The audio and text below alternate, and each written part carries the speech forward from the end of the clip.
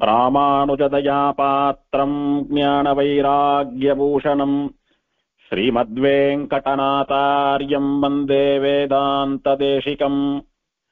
பேரானை குறுங்குடியம் பெருமானை திருத்தன்கால் ஊரானை கரம்பனூர் உத்தமனை முத்திலங்கு காரார்த்தின் கடல் ஏழும் மலையேழ் இவ்வுலகுண்டும் ஆராதென்றிருந்தானை கண்டது தென்னரங்கத்தே.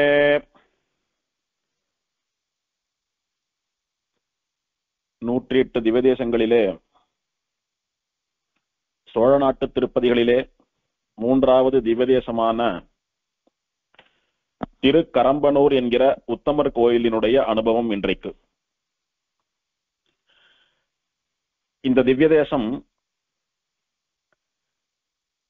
ஸ்தலபுராண ரீதியாக கதம்ப கஷேத்திரம் என்று வழங்கப்படுகிறது.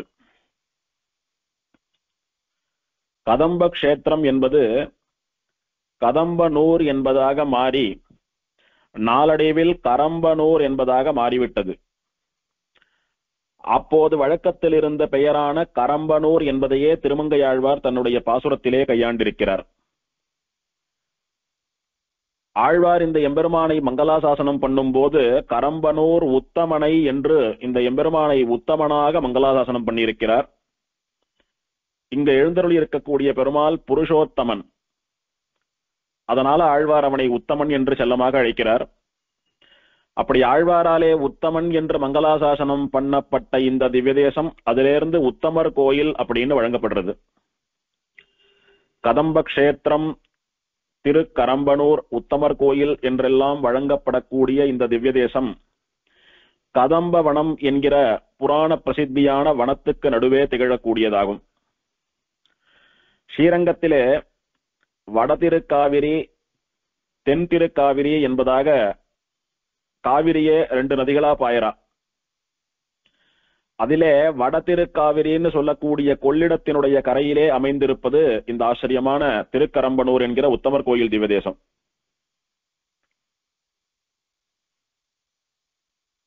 ஆழ்வார் உறையூர் விஷயமாக கோழியும் என்று ஒரு பதத்தை மட்டுமே மங்களாசாசனம் செய்தது போல பெரிய பெருமாள் ஸ்ரீரங்கநாதன் விஷயமான பாசுரத்தில் பல திவ்யதேசங்களை குறிப்பிடுகிற பொழுது கரம்பனூர் உத்தமனை என்பதாக 2 சொற்கள் மட்டும் பயன்படுத்தி இந்த எம்பெருமானையும் இந்த திவ்யதேசத்தையும் மங்களாசாசனம் பண்ணினார். அதனாலே ஆழ்வாருடைய திருவாக்காலே வந்த காரணத்தை பற்றி இது திவ்யதேசமாக இடம்பெற்றது, அடையாளம் காணப்பட்டது. கோழியும் என்பதில் திவ்யதேச பெயரை மட்டும் ஆழ்வார் சாதித்தார். இங்கு திவ்யதேசத்தினுடைய பெயரையும் பெருமாளுடைய பெயரையும் சேர்த்து ஸ்தலம் பெருமாள் என்று 2ஐயும் மங்களாசாசனம் செய்கிறார். ஒரு க்ஷேத்திரத்தினுடைய ஏதாவது அம்சம் மட்டுமாவது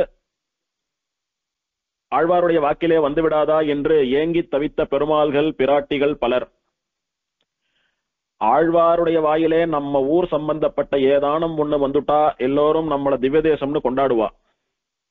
நாமளும் 4000 திவ்ய பிரபந்தத்திலே இடம் பிடிக்கலாம் என்பதாக ஆழ்வார் வாக்கிலே வரவேணும் என்று போட்டி போட்டுக் கொண்டு சேவை கொடுத்த எம்பெருமான்கள், தாயார்கள் அதிகம். அப்படி ஆழ்வார்கள் பொதுவா ஒரு திவ்யதேசத்தினுடைய பெயரை மட்டும் சொல்லி மங்களாசாசனம் பண்றது உண்டு. அப்படி பெயர் மட்டும் வந்துடுத்துனாலே அது திவ்யதேசம்தான். உதாரணம் திருக்கோழி என்கிற உறையூர், அல்லது பெருமாள் பெயர் மட்டும் வந்தாலும் கூட போதும், அது திவ்யதேசம். சில இடங்களிலே ஊர் பெயரும் பெருமாள் பெயரும் சேர்ந்து வரும், அது இன்னும் விசேஷம். சில இடங்களிலே தாயார் பெயரும் கூட சேர்த்து ஆழ்வார் சொல்வதுண்டு. சில இடங்களில் அந்த க்ஷேத்திரத்திலே இருக்கக்கூடியதான புண்ணிய தீர்த்தத்தையும் ஆழ்வார் மங்களாசாசனம் பண்ணுவார். இப்படி ஏதாவது ஒரு அம்சமோ அல்லது ஒன்றுக்கு மேற்பட்ட பல அம்சங்களோ கூட ஆழ்வார் வாக்கிலே இடம்பெற்றுவிட்டால் அந்த க்ஷேத்திரமானது திவ்யதேச அந்தஸ்தை பெறுகிறது.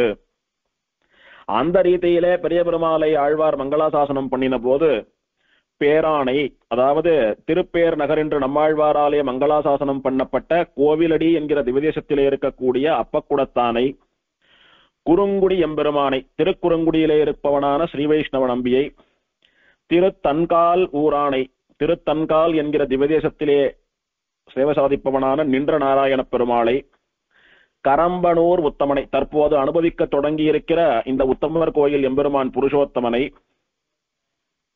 இவாளையெல்லாம் நான் எங்க சேவித்தேன் அப்படின்னா கண்டது தென்னரங்கத்தே, ஸ்ரீரங்கநாதனிடத்திலே இவாளையெல்லாம் சேவித்தேன் என்பதாக ஆழ்வாருடைய அனுபவம்.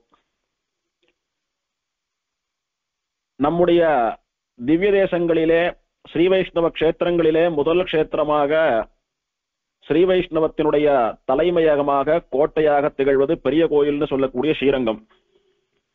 இன்னைக்கும் இந்த லோகத்திலே எல்லா இடங்களிலும் பரவி இருக்கக்கூடிய நம்முடைய ஸ்ரீ வைஷ்ணவர்கள் நாம் தினம் சேவா காலத்துல சாத்துமறையில சொல்றச்ச ஸ்ரீமன்னு ஸ்ரீரங்க ஸ்ரீயம் அனுபத்திரவாம் அனுதினம் சம்வர்த்தயா, ஸ்ரீமன்னு ஸ்ரீரங்க ஸ்ரீயம் அனுபத்திரவாம் அனுதினம் சம்வர்த்தயான்னுட்டு ஸ்ரீரங்க ஸ்ரீயானது, திருவரங்க திருவானது, ஸ்ரீரங்க செல்வமானது எந்த ஒரு உபத்திரவமும் இல்லாமல் எந்த ஒரு தொல்லையும் இல்லாமல் நாளுக்கு நாள் மேன்மேலும் வளர வேண்டும், பொழிய வேண்டும், விளங்க வேண்டும் அப்படின்னு மங்களாசாசனம் பண்றோம். அந்த மங்களாசாசனமே பெருமாள் சன்னதியில விஞ்ஞாபிக்கிறச்ச பெருமாள் திருவடிகளிலே பண்ணக்கூடிய பிரார்த்தனையாகவும் அமைகிறது. அந்தந்த திவதேசத்துக்காரா அவாவா ஊர் பேரை சொல்லி ஸ்ரீசைல ஸ்ரீ, காஞ்சி ஸ்ரீ, கிங்குருஹ ஸ்ரீன்லாம் சொல்றது இல்லை, எல்லோரும் பொதுவா ஸ்ரீரங்க ஸ்ரீன்னு தான் பிரார்த்திச்சுக்கிறோம். அப்ப ஸ்ரீரங்கமாகிற முதல் திவ்ய தேசம், பிரதான திவ்ய தேசம் நன்று வாழ்ந்தால், எந்த விதமான உபத்திரவங்களும் இல்லாமல் நாளுக்கு நாள் வாழ்ந்து கொண்டே போனால், அந்த ஸ்ரீரங்கமாகிற திவ்ய தேசத்தை போலவே அதை சேர்ந்த அதை தொடர்ந்து பின்னாலே வரக்கூடிய மற்ற திவ்ய தேசங்கள் எல்லாம் கூட எந்த ஒரு உபத்திரவமும் இல்லாமல் நாளுக்கு நாள் பொலிவுடன் விளங்கும் என்பதாக நம்முடைய பெரியோர்கள் ஸ்ரீமன்னு ஸ்ரீரங்க ஸ்ரீயம் அனுபத்திரவாம் அனுதினம் சம்வர்த்தையா, திருவரங்க செல்வமானது ஸ்ரீரங்க ஸ்ரீயானது நாளுக்கு நாள் பொழிந்து கொண்டே இருக்க வேண்டும். எப்படி பொழிய வேண்டும்? எந்த ஒரு உபத்திரவமும் இல்லாமல். துருஷ்கர்கள் இம்சை பண்ணினா, இன்னும் எவ்வளவோ இம்சைகள்லாம் வந்தது, சைவர்கள் இம்சை பண்ணினா, அப்படி யாருடைய இம்சையும் இல்லாமல் இனிமேலாவது நிம்மதியாக காலாகாலத்துக்கும் அந்த ஸ்ரீரங்க ஸ்ரீ விளங்க வேண்டும் என்பதாக ஆச்சாரியர்களுடைய மங்களாசாசனம். அந்த மங்களாசாசனம் எல்லா திவ்யதேசத்திற்கும் சேர்ந்ததுதான். எல்லா திவ்யதேசத்தினுடைய பெயரை சொல்லலைன்னாலும் ஸ்ரீரங்கம்னு சொன்னாலே எல்லா திவ்யதேசங்களும் வந்துடுறது. அதனால ஸ்ரீரங்கத்தை பொறுத்த வரைக்கும் ஸ்ரீரங்க மகாத்மியம்னு சொல்லக்கூடிய ஸ்தல புராணத்துல சொல்றச்சையும், ஸ்ரீரங்கத்துல எம்பெருமான் விஷயமான கைங்கரியங்கள்லாம் பண்ணக்கூடிய அரங்கன் திருமுற்றத்து அடியார்கள் அவளுடைய திருவுள்ளம், அவ பேசக்கூடிய பேச்சு, இதிலெல்லாம் கூட வரக்கூடிய ஒரு விஷயம், எல்லா திவ்ய தேசத்து எம்பெருமான்களும் ராத்திரி ஏகாந்த சேவையின் போது ஸ்ரீரங்கத்துக்கு வந்துடறா. ரங்கநாதன் சொல்லக்கூடிய பெரிய பெருமாளோடையே சேர்ந்து இங்க சயனிச்சுக்கிறா, ஸ்ரீரங்கத்திலே சயனிச்சுக்கிறா. கார்த்தால விஸ்வரூபமாற வரைக்கும் எல்லா திவ்யதேசத்து எம்பெருமான்களும் பெரிய கோவில்ல ரங்கநாதனோடைய இருக்கா. கார்த்தால விஸ்வரூபமானா விட்டு அவாவாளுடைய திவ்யதேசத்துக்கு புறப்பட்டு போயிடுறா. திரும்ப மறுநாள் ராத்திரி வந்து சேர்றா, மறுநாள் போடுறா. இப்படி தினம் நடக்கிறதுன்னு சொல்றது உண்டு. அதுக்கு உதாரணம் இல்ல, அதுக்கு பிரமாணம் இந்த ஸ்ரீரங்கத்திலிருந்து 20 மைல் தொலைவிலே இருக்கக்கூடிய திருப்பேர் நகர் பெருமான ஸ்ரீரங்கத்துல சேவிச்சேன்னு சொல்றார். எத்தனையோ நூற்றுக்கணக்கான மைலுக்கு அந்த பக்கமா இருக்கக்கூடிய திருக்குறுங்குடி பெருமாளையும் இங்க சேவித்தாராம். ஸ்ரீவில்லிபுத்தூருக்கு அருகிலே இருக்கக்கூடியதான திருத்தன்கால் பெருமாளையும் சேவிக்கிறார். இதோ ஒரு 2 மைல் தூரத்துல இருக்கக்கூடிய உத்தமர் கோயில் பெருமாளையும் சேவிக்கிறார். ஆக எல்லா திவ்யதேசத்தின் பெருமான்களும் வரா. அவால இந்த பாட்டுல இவ்வளவுதான் சுவாமி அடக்க முடிஞ்சது. அப்ப எல்லா பெருமாளும் சேவை சாதிக்கிறா. இந்த பாட்டுல இத்தனை பேர் தான் சொல்ல முடிஞ்சது என்னாலன்னுட்டு ஆழ்வாருடைய அனுபவம். இது ஒன்னே போறோம் எல்லா திவ்யதேசத்தின் பெருமான்களும் இங்க வரான்றதுக்கு. அப்படி இந்த கரம்பனூர் உத்தமனை எங்க சேவித்தார் ஆழ்வார்னா ஸ்ரீரங்கத்துல சேவித்தார் அப்படின்றத தெரிவிக்கிறார். அப்போ ஆழ்வார் இந்த திவ்யதேசத்துக்கு வரவே இல்லையா, இந்த பெருமாளை நேர சேவித்து இங்க வந்து மங்களாசாசனம் பண்ணவே இல்லையா அப்படின்னா, ஆழ்வார் பல காலம் இங்கே எழுந்தருளி இருந்தார் உத்தமர் கோவில்ல. அதை பார்க்க போறோம். பெருமாளுக்கு உத்தமன்னு பெயர். புருஷோத்தமன்னு தான் அங்க பெருமாளுடைய திருநாமம். ஸ்ரீமதே பூர்ணவல்லி நாயிகா சமேத புருஷோத்தம பரபிரம்மனே நமகான்னு தான் பெருமாளுக்கு நாமாவளி அர்ச்சனை எல்லாம் நடக்கிறது தினம். ஆனா ஆழ்வார் சுருக்கமா பெருமாளை செல்லமா உத்தமன் அப்படின்னு கொண்டாடுறார். உத்தமன் அப்படின்னா என்ன? புருஷால சாஸ்திரமானது 2 வகைகளிலே 4 விதமா பிரிக்கிறது. ஒண்ணு அதமா அதமன், கீழே இருந்து மேல போனா அதமா அதமன் அப்படின்னா மட்டத்திலையும் மட்டமானவன், தானும் வாழ மாட்டான், பிறரையும் வாழ விட மாட்டான். அவனுக்கு மேல அதமன், மத்தவாளை அழிச்சுட்டாவது தான் நன்னா இருக்கணும்னு நினைக்கக்கூடியவன். அவனுக்கு மேலே மத்தியமன், தானும் நன்னா இருக்கணும் மத்தவாள நன்னா இருக்கணும்னு நினைக்கக்கூடியவன் மத்தியமன், சராசரி மனுஷன். அவனுக்கும் மேலேதான் உத்தமன். இந்த உத்தமனுக்கு மேலான மனிதன் கிடையாது. உத்தமன் என்பவன் யார்? அவனுடைய லட்சணம் என்ன அப்படின்னா, தன்னை தாழ்த்தி கொண்டாவது பிறரை வாழ வைப்பவன்.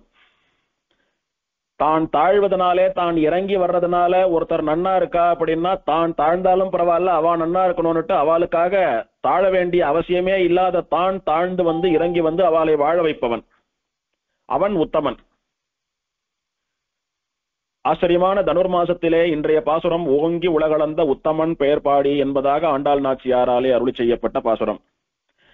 அதிலும் கூட ஆண்டாள் உத்தமன் என்றுதான் எம்பெருமானை கொண்டாடுகிறாள். உத்தமன் என்று அங்கே யாரை சொல்லுகிறாள்? ஓங்கி உலகளந்த உத்தமன் என்று திருவிக்கிரமாவதார எம்பெருமானை சொல்லுகிறாள். இந்த சர்வ சராசரமும் லோகங்கள், அண்டசராசரங்கள், எத்தனை உலகங்கள் உண்டோ, எத்தனை பிரம்மாண்டங்கள் உண்டோ அத்தனையும் இந்த எம்பெருமானுடைய சொத்து, இந்த உத்தமனுடைய சொத்து. அப்படி இருக்கச்ச தேவர்கள் சரணாகதி பண்ணிவிட்டா, தேவர்கள் பிரார்த்திச்சுட்டா, தேவர்கள் கெஞ்சி கேட்டான்றதுக்காக மகாபலி யாகம் பண்ண இடத்துக்கு இவன் போய் யாச்சகம் கேட்கிறான். 3 அடி மண்ணு கொடுன்னு யாச்சகம் கேட்கிறான். போய் என்ன தலையெழுத்து இவனுக்கு? அவ கேட்டுட்டா அவளுக்காக போய் கேட்கிறான். அதனால தான் யாச்சகமே கேட்க வேண்டிய நிலையில இல்லாமல் இருப்பவன் இவன் தான் எல்லாருக்கும் எல்லாத்தையும் தரக்கூடியவன், எல்லாத்துக்கும் சுவாமி, எல்லா சொத்துக்கும் அதிபதியான சுவாமி. இருந்தாலும் அவளுக்காக இறங்கி போறானோ இல்லையோ, அந்த மாதிரி தன்னை நாடியவர்கள் தன்னை சரணாகதி பண்ணவா அவ நன்னா இருக்கணுன்றதுக்காக தான் தன்னை தாழ்த்தி கொண்டு வரானோ இல்லையோ, அதனால தான் தாழ்ந்தாலும் பரவாயில்ல மத்தவா நன்னா இருக்கணும்னு நினைக்கக்கூடிய உத்தமனிவன். இவனுக்கு மேல ஒருத்தன் கிடையாது லோகத்திலே உத்தம புருஷன். ஆகையினாலே உத்தமன் என்பது பெருமாளுக்கு தகுந்த திருநாமம். இன்னொரு விதமாகவும் இதை சொல்லலாம். எப்படின்னா, புருஷா, உட்புருஷா, உத்தர புருஷா, உத்தம புருஷன் என்பதாக 4. புருஷா அப்படின்னா பொதுவா ஜீவர்கள். உட்புருஷா அப்படின்னா இந்த சம்சார மண்டலத்திலே பிறந்து பக்தியோ பிரபத்தியோ அனுஷ்டித்து ஸ்ரீவைகுண்டத்துக்கு போய் மோட்சத்தை அனுபவித்துக் கொண்டிருக்கக்கூடிய முக்த ஜீவர்கள், முக்தாத்மாக்கள், அவளுக்கு உத் புருஷா. புருஷாலேயே வசந்த ஸ்திதியில இருக்கக்கூடியவா, சாதாரணமா பிறந்தும் வைகுண்டத்துக்கு போனவா உட்புருஷா. உத்தர புருஷான்னு சொல்லக்கூடியவா இந்த சம்சார மண்டலத்துக்கே வராம எம்பெருமானோட கூட என்றும் இருந்து கொண்டிருக்கக்கூடியவர்களான நித்தியசூரிகள். நித்தியசூரிகள்லாம் அவதாரம் எடுத்து ஆழ்வார்களா வரா, அப்படி வரா, இப்படி வராலேன்னா அதெல்லாம் அவதாரம், பெருமாளை போல அவதாரம். அவளுடைய கர்மாவினாலே அவ பண்ணின பாவ புண்ணியத்தை அனுபவிக்கிறதுக்காக, அதை கழிச்சுட்டு போறதுக்காக இங்க வரலையவா. பெருமாளை போல ஏதோ ஒரு நல்ல காரியத்துக்காக, இல்ல பெருமாளுடைய அவதாரத்துக்கு துணையா இருந்து கைங்கரியம் பண்ணணும்ன்றதுக்காக அவதாரம் எடுக்கிறாவா. அது கர்ம சம்பந்தத்தினாலே ஏற்படக்கூடிய நம்மை போன்ற பிறவி அல்ல, ஜன்மா அல்ல. ஆகையினாலே அது அவதாரம் தான். அவ உத்தர புருஷா. பெருமாள் ஒருத்தன் மட்டும் உத்தம புருஷன். புருஷா, உட்புருஷா, உத்தர புருஷா எல்லோரையும் வாழ வைப்பவனான இவா யாருக்காக வேணாலும் தன்னை தாழ்த்தி கொண்டு இறங்கி வந்து உபகாரம் பண்ணக்கூடியவனான, இவாளை வாழ வைக்கக்கூடியவனான உத்தம புருஷன் ஒருத்தன் தான் அவன். புருஷா, உட்புருஷா, உத்தர புருஷா அப்படின்னுட்டு புளூரல்ல சொல்றோம், பன்மையில சொல்றோம், நிறைய பேர் இருக்கா. ஆனா உத்தம புருஷன் அப்படின்னுட்டு ஏகவசனத்துல சொல்றதுனால, ஒருமையில சொல்றதுனால இவன் ஒருத்தன் தான், ஸ்ரீமன் நாராயணன் ஒருத்தன் தான் உத்தமன். அப்பேற்பட்ட உத்தமன் என்கிற திருநாமம் இந்த ஸ்தோத்திரத்தை எம்பெருமானுக்கு எப்படி வந்தது? 2 காரணம் பற்றி வந்தது. ஒன்னு, பிரம்மாவுக்காக இந்த எம்பெருமான் இந்த க்ஷேத்திரத்திலே சேவை சாதித்தான். சிவன் சொல்லக்கூடிய ருத்ரனுடைய பிரம்மத்தி தோஷத்தை நீக்குவதற்காக இந்த க்ஷேத்திரத்து பெருமாளும் பிராட்டியும் அனுகிரகம் பண்ணினா. ஜனக மகாராஜாவுக்கும் இந்த எம்பெருமான் அனுகிரகம் பண்ணினா. இப்படி பிரம்மன், ருத்ரன், ஜனகன் இவாளுக்கெல்லாம் அனுகிரகம் பண்ணி அவளுக்காக இந்த ஊருக்கு இறங்கி வந்தபடியினாலே, மேலே இருக்கக்கூடிய வசந்த வஸ்து இவாளுக்காக கீழே இறங்கி வந்தபடியினாலே தன்னை தாழ்த்தி கொண்டு இவாளை வாழ வைத்த உத்தமனிவன். இன்னொன்னும், இவாள்லாம் ஏதோ பெரிய தேவர்கள், பெரிய கர்ம யோகி ஜனகர் இவாள்லாம் பிரார்த்திச்சுட்டா வரா, அது பெரிய விஷயம் இல்ல. நம்மள மாதிரி சாதாரணமா இருக்கிற மனுஷெல்லாம் கூட்டா வந்துடுவானா சுவாமி அப்படின்னா, அவளுக்காக வந்தேன், அவ காரியம் ஆயிடுத்த உடனே புறப்பட்டு போயிட்டனா இல்லையே. காலாகாலத்துக்கும் வரக்கூடிய எல்லோரும் சேவிக்கணுன்றதுக்காக இன்னமும் கூட இந்த ஸ்தலத்திலே நான் சயனித்துக் கொண்டிருக்கிறேன். இந்த க்ஷேத்திரத்திலே இன்னும் சயனித்துக் கொண்டு சேவை சாதிக்கிறேன். என்னை யார் வேணாலும் எப்ப வேணாலும் வரலாம், சேவிக்கலாம், யாருக்கு என்ன வேணுமோ கேட்டு வாங்கிக்கலாம். அவளுடைய பிரார்த்தனைகள் நிறைவேறும் என்பதாக வாயை திறந்து பிரார்த்திக்காத நமக்காக கூட நாம் வருவதற்கு முன்னேயே அந்த க்ஷேத்திரத்திலே வந்து சயனித்துக் கொண்டிருக்கிறான் அப்பேற்பட்ட உத்தமன். பிரம்மனோ, ருத்ரனோ, ஜனகனோ வாயை திறந்து கேட்டா பிரார்த்திச்சா அவளுக்காக இறங்கி வந்தான் சரி. இருந்தா கூட இருந்த இடத்துல இருந்தே அனுகிரகம் பண்ணாம இறங்கி வந்து பண்ணபடினாலே உத்தமன், அங்கேயும் உத்தமன் தான் அவன். பிற்காலத்தை சேர்ந்த ஆமெல்லாம் கூட அவனை வாயை திறந்து பிரார்த்திக்காம அவனே வந்து சயனிச்சுட்டு இருக்கான். அன்னைக்கு வந்தவன் இன்னும் போகல, இன்னும் இருந்துட்டு இருக்கான். இன்னைக்கும் நம்ம அவனை போய் அனுபவிக்கலாம், வேணுன்றதை கேட்டு வாங்கிக்கலாம். அதனால பிரார்த்திக்கவே பிரார்த்திக்காத நமக்கும் வரம் தரக்கூடிய உத்தமனாக பெருமாள் அங்கே எழுந்தருள் இருப்பதினாலே இப்படி ரெண்டு காரணம் பற்றி அவனை ஆழ்வார் உத்தமன் என்று கொண்டாடுகிறார். இங்கே மூலவர் புருஷோத்தமன் என்று புராணத்திலே சொல்லப்பட்ட உத்தமன் என்ற ஆழ்வாராலே மங்களாசாசனம் பண்ணப்பட்ட பெருமாள். புஜங்க சயனம், அதாவது ஆதிசேஷன் மீது படுத்துக் கொண்டிருக்கக்கூடிய திருக்கோலம். கிழக்கே திருமுக மண்டலம், கிழக்கு பார்த்தாப்பல முகத்தை வச்சுட்டு சயனிச்சுட்டு இருக்கிற பெருமாள். உற்சவருக்கும் கூட இங்க புருஷோத்தமன் தான் திருநாமம். தாயாருக்கு பூர்வாதேவி, பூர்ணவல்லி அப்படின்னு எல்லாம் திருநாமம். விமானம் உத்தியோக விமானம். தீர்த்தம் கதம்ப தீர்த்தம். ஸ்தல விருட்சம் கதலி விருட்சம்னு சொல்லக்கூடிய வாழை மரம்.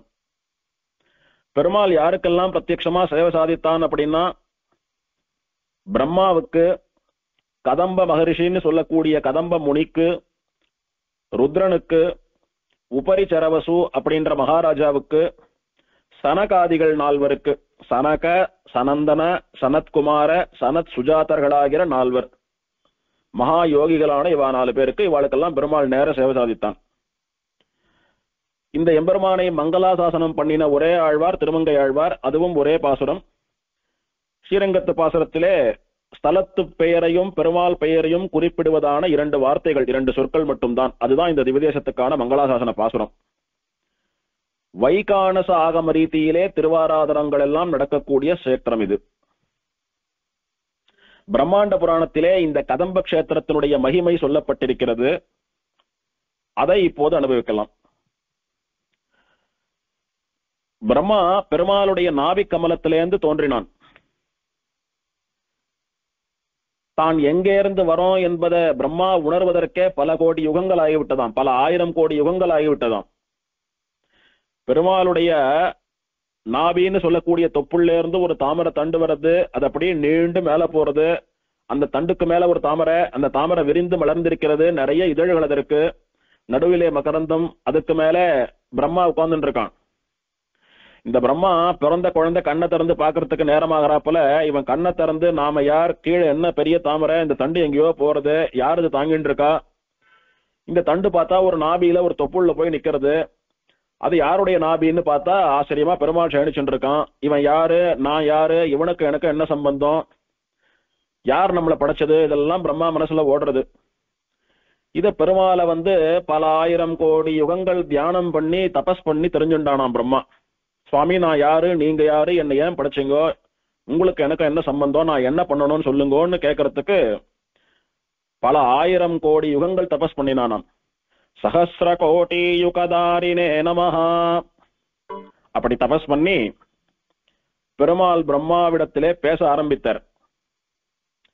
ஆரம்பித்து நான் தான் பரதத்துவம், பரம்பொருள், எல்லோருக்கும் மேலான தெய்வம் நான் தான் உன்னை படைச்சேன். உன்னை படைத்ததுனாலே நான் தான் சர்வ சுவாமி, ஜகத்துக்கே நான் தான் சுவாமி. நீ என் உடம்பிலே இருந்து தோன்றியபடியினாலே நான் உனக்கு அப்பா, நீ எனக்கு புள்ள. நான் தான் பகவான் அப்படின்னுட்டு பெருமாள் தன்னுடைய குணங்களை, தன்னுடைய ஏற்றங்களை, தன்னுடைய கல்யாண குணங்களை எல்லாம் கூட பிரம்மாவுக்கு உபதேசம் பண்ணி தன்னை பற்றி எல்லோருக்கும் எடுத்து சொல்லி பகவானை சேவிக்க வேண்டியது, பகவானை ஆராதனை பண்ண வேண்டியது பக்தர்கள், பகவானாலே படைக்கப்பட்டவர்கள் அனைவருடைய கடமை என்பதை நீ உணர்த்துவாயாக அப்படின்னு பெருமாள் சாதிக்கிறார். இந்த பிரம்மாவானவன் முதல்ல நான் உங்களை ஆராதனம் பண்றேன் சுவாமி, நான் ஆராதனம் பண்ணிட்டு அதன் பிறகு மற்றவாளிடத்துல பெருமாள் ஆராதனம் பண்ணுங்கோ அப்படின்னு சொன்னாதான் அது சரியா இருக்கும். ஆகையினால நான் முதல்ல ஆராதனம் பண்றேன்னுட்டு பிரார்த்திக்கிறான். பிரார்த்திச்சா அப்போதான் ஸ்ரீரங்க விமானத்தோடு கூட ஸ்ரீரங்கநாதன் பார்க்கடல்ல இருந்து அப்படியே உற்பத்தி ஆறான். பெருமாள் திருப்பார்க்கடல்ல நினைச்சுட்டு இருக்கார். அவருடைய தொப்புள்ள இருந்து தாமரை தண்டு போறது, அந்த தாமரை தண்டு ஒரு தாமரையை தாங்கிறது. அந்த தாமரை எங்க இருக்கிறதுன்னா சத்தியலோகம்னு சொல்லக்கூடிய பிரம்மாவனுடைய லோகத்துல இருக்கிறது. அதுக்கு மேல பிரம்மா இருக்கான். இவர் இருக்கிறது க்ஷீராப்தியில, அவன் இருக்கிறது சத்தியலோகத்துல. பகவான ஆராதனம் பண்ணணும்னா என்ன பண்ணணும்? அவன் இருந்த இடத்துலயே பண்ணணும்னா பகவானுடைய ஒரு விக்கிரகம் தேவை, அர்ச்சாவதாரம் தேவை. அதுதானே நாம எங்க இருக்கோமோ அங்க வரும். நாம எப்படி பூஜை பண்ணாலும் அது ஏத்துக்கும். ஆகையினாலே சத்தியலோகத்துக்கு அந்த பத்மநாபனுடைய ஒரு அர்ச்சா விக்கிரகம் தேவை. அதையும் நீங்களே அனுகிரகம் பண்ணணும்னு பிரம்மா பிரார்த்தித்த போது பெருமாள் சரி அப்படியே ஆகட்டும் அனுகிரகம் பண்ணினா. அவனுடைய அனுகிரகத்தின்படி பிரம்மாவினுடைய பிரார்த்தனைக்கு இணங்கி திருப்பார்க்கடலிலிருந்து தோன்றியதுதான் ஸ்ரீரங்க விமானத்தோடு கூடிய பெரிய பெருமாள் மூலவர். அப்போது அவருக்கு ஜெகநாதன் பெயர். அவருக்கு ஏற்கனவே பார்த்தோம், ஸ்ரீரங்கத்துக்கு வந்தாவிட்டுதான் ஸ்ரீரங்கநாதன் பெயர் அவருக்குன்னு. அந்த ஸ்ரீரங்க விமானத்தோட கூட எழுந்தருளி இருக்கக்கூடிய ஜெகநாதனை பல காலங்கள் பிரம்மா சத்தியலோகத்திலே திருவாராதனம் பண்ணிட்டு வந்தார். அப்புறம் அவர் யார் மூலமா எப்படி போய் கடைசியில ஸ்ரீரங்கத்துக்கு வந்தார் அப்படின்றதெல்லாம் உறையூர் திவதேச வைபவத்தை பாக்குறச்ச பார்த்தோம். இப்ப இங்க விஷயம் என்ன அப்படின்னா, பிரம்மா நம்மள முழுசா புரிஞ்சுட்டு இருக்கானா இல்லையா? நம்மள தினம் ஆராதனை பண்றான், பக்தியா பண்றான், ஸ்ரத்தையா பண்றான், ஆனா நம்மள முழுசா புரிஞ்சுட்டு இருக்கானா அப்படின்றத நாம சோதிக்கணும் அப்படின்னு பெருமாளுக்கு லேசா ஒரு ஆசை. என்ன பண்ணார்? பிரம்மா ஆராதனம் பண்ணக்கூடிய அந்த விக்கிரகத்தில இருந்து பெருமாள் அப்படி மறைஞ்சு பூலோகத்துக்கு வந்துட்டார். பூலோகத்திலே இப்போது உத்தமர் கோயில் திருக்கரம்பனூர் என்று சொல்லப்படுகிற திவ்யதேசம் அப்போது நிறைய கதம்ப மரங்கள் நிறைந்த வனமாக, கதம்ப வனமாக இருக்கிறது. கதம்ப வனம்னு பெயர் அதற்கு. நிறைய கதம்ப மரங்கள் நிறைந்த வனம். அந்த கதம்ப மரத்தோட கதம்ப மரமா மாறிவிடுறார் பெருமாள். ஆயிரக்கணக்கான கதம்ப மரங்கள் இருக்கு, அதுல தானும் ஒரு கதம்ப மரமா பெருமாள் மாறிவிட்டார். பிரம்மானன்னா பெருமாளை அனுபவிச்சு ஆராதனை பண்ணிட்டு இருந்தான். புரிஞ்சுட்டான் பெருமாள் இப்ப விக்கிரகத்துல இல்ல, எங்கேயோ போயிருக்காருன்னு பிரம்மாவுக்கு தெரிஞ்சு போயிடுத்து. பெருமாள் விக்கிரகத்திலே இல்லை, சத்தியலோகத்திலே இல்லை, பெருமாள் எங்க இருக்காருன்னு தேடி கண்டுபிடிக்கணும், அங்க போய் பெருமாளை ஆராதனம் பண்ணணும், அதை விட வேற என்ன காரியம் நமக்கு பெருமாளை தேடிட்டு புறப்பட்டான். எல்லா லோகங்களுக்கும் சஞ்சாரம் பண்ணிட்டு பாக்குற இடத்துல எல்லாம் பெருமாள் எங்க இருக்காரு தேடிண்டே போறான். கடைசியில தன்னுடைய பக்தி அவனுக்கு கை கொடுத்தது. பிரம்மாவினுடைய ஆராதனை, பிரம்மாவினுடைய பக்தி, பகவத் கைங்கரியம் வீண் போகல. இந்த கதம்ப கஷேத்திரத்திலே, கதம்ப வனத்திலே கதம்ப மரத்தோட கதம்ப மரமா ஒரு கதம்ப மரமாவே பெருமாள் மாறி ஐக்கியமானதை கண்டுபிடிச்சிட்டார் பிரம்மா. நேரா அந்த கதம்ப மரத்துக்கிட்ட வந்தார். பெருமாளுக்கு பண்ணக்கூடிய அத்தனை திருமஞ்சனம், ஆராதனம், நைவேத்தியம் எல்லாத்தையும் அந்த கதம்ப மரத்துக்கு பண்ண ஆரம்பிச்சுட்டார். தன் கையிலே இருக்கக்கூடிய கமண்டலத்திலே இருக்கக்கூடிய சத்தியலோகத்து தீர்த்தத்தை கொண்டு கதம்ப மரமாக மாறி இருக்கக்கூடிய அந்த பெருமாளுக்கு, அதாவது கதம்ப மரத்திற்கு திருமஞ்சனம் பண்ணி, உபனிஷத்தெல்லாம் கூட சேவிச்சு திருமஞ்சனம் பண்ணி திருவாராதனம் பண்ண ஆரம்பிச்சுட்டார். அப்படி பிரம்மா கையில் இருக்கக்கூடிய கமண்டலத்திலிருந்து அந்த கதம்ப மரத்திலே திருமஞ்சனம் பண்ணப்பட்ட, அபிஷேகம் பண்ணப்பட்ட ஜலம், அந்த தீர்த்தம் அந்த கதம்ப மர உருவில் இருக்கக்கூடிய பெருமாள் திருமேனி தீர்த்தமானது அப்படியே பெருக்கெடுத்து ஓடி ஒரு குளம் போல மாறித்து, ஒரு தடாகமா மாறித்து. அது ஒரு புஷ்கரணியானது. கதம்ப வனத்திலே கதம்ப விருட்சமாக மாறிய பெருமாளுடைய திருமஞ்சன தீர்த்தம் அவனுடைய ஸ்ரீபாத தீர்த்தம் என்பதனாலே கதம்ப புஷ்கரிணி கதம்ப தீர்த்தம் என்று பெயர் பெற்றது. இன்னைக்கும் அந்த குளம் இந்த உத்தமர் கோயில் சொல்லக்கூடிய திவதேசத்திலே ஆச்சரியமா இருக்கு. அது எம்பெருமானுடைய ஸ்ரீபாத தீர்த்தம், திருமஞ்சன தீர்த்தம். பிரம்மாவாலே தன்னுடைய கமண்டலத்திலிருந்து கொட்டப்பட்டு திருமஞ்சனம் பண்ணப்பட்ட தீர்த்தம். பண்ணிட்டு துவாதசாட்சர மந்திரம்னு சொல்லக்கூடிய வாசுதேவ மந்திரத்தினாலே அந்த கதம்ப விருட்ச வடிவிலே இருக்கக்கூடிய பெருமாளை பிரம்மா பல காலம் ஆராதனை பண்ணி பெருமாளை மகிழ்விக்கிறான். ஆராதனம் பண்ணணும்னு பெருமாள் சொன்னார். சுவாமி விக்கிரகம் கொடுன்னு கேட்டான். ஸ்ரீரங்க விமானத்தோட கூட விக்கிரகத்தை கொடுத்தார். ஆராதனை பண்ணிட்டு வந்தான். சரி, திடீர்னு பெருமாள் காணோம். அதோட வந்தா வரார், வரலன்னா போறார். நமக்கு விக்கிரகத்தை கொடுத்து ஆராதனை பண்ண சொன்னா அதை பண்றதா நம்ம காரியம். அவர் வரும்போது வருவார் அப்படின்னு அங்க பண்ணிட்டு இருக்காம பெருமாள் எங்க போயிருக்கான்னு தேடிண்டு வந்தான் பாருங்க. அது நிஜமான பக்தி. வந்து கண்டம் பிடிச்சிட்டான் பாருங்க. அப்ப எத்தனை பிரயத்தனப்பட்டிருப்பான், எத்தனை பிரயாசப்பட்டிருப்பான் பெருமாள் எங்க இருக்காருன்னு தேட. கண்டுபிடிச்சிட்டான். பெருமாளுக்கு திருவாராதனம் அங்க அர்ச்சாவதாரத்திலே ரங்கநாதனா ஜெகநாதனா இருக்கக்கூடியவனுக்கு என்னென்ன நடக்கிறதோ அதெல்லாம் இந்த கதம்ப மரமா இருக்கக்கூடிய பெருமாளுக்கும் பண்ணினான். அப்போ இவனுடைய பக்தியை கண்டு பெருமாள் சிலிர்த்து போனார், ஸ்லாகித்தார். ஆஹா, பரவாயில்ல, நன்னா பக்தியா இருக்கான் நம்ம மேல அப்படின்னுட்டு. அதனால உன்னுடைய ஆராதனையினாலே உன்னுடைய பக்தியினாலே நான் மகிழ்ந்தேன், உனக்கு என்ன வர வேணும் கேளுன்னு பெருமாள் கேட்கிறார். கேட்டப்போ அப்படின்னு ஒண்ணும் இல்ல சுவாமி, உன் ஆராதனம் பண்ணணும்னு சொன்னீர், நீர் சொன்னதுனால பண்ண ஆரம்பித்தேன். ஆனா அந்த ஆராதனையே எனக்கு பிடிச்சு போயிடுத்து. உம்ம திருவாராதனம் பண்ணாம உம்ம சேவிக்காம இருக்க முடியல என்னால, அதனாலதான் தேடிட்டு வந்தேன். எனக்கு இதுவே போறோம், இதுக்கு மேல ஒன்னும் வேண்டாம் அப்படின்னா. ஆனாலும் பெருமாள் வெறும விடுவாரா? இல்ல, இத்தனை ஆசையோட வந்து திருவாராதனம் பண்ண உனக்கு சிருஷ்டி சாமர்த்தியம் அப்படின்ற வரத்தை கொடுக்கிறேன். அதாவது நீயே படைக்கலாம், படைப்பு தொழிலை ஏற்று நடத்தலாம். நான் உன்னை சிருஷ்டி பண்ணினோ இல்லையோ, நீ இனிமேல் சிருஷ்டியை பார்த்துக்கலாம். அதுக்கான வழிவகைகள்லாம் நான் ஏற்படுத்தி தரேன். அந்த சக்தியை உனக்கு கொடுக்குறேன்.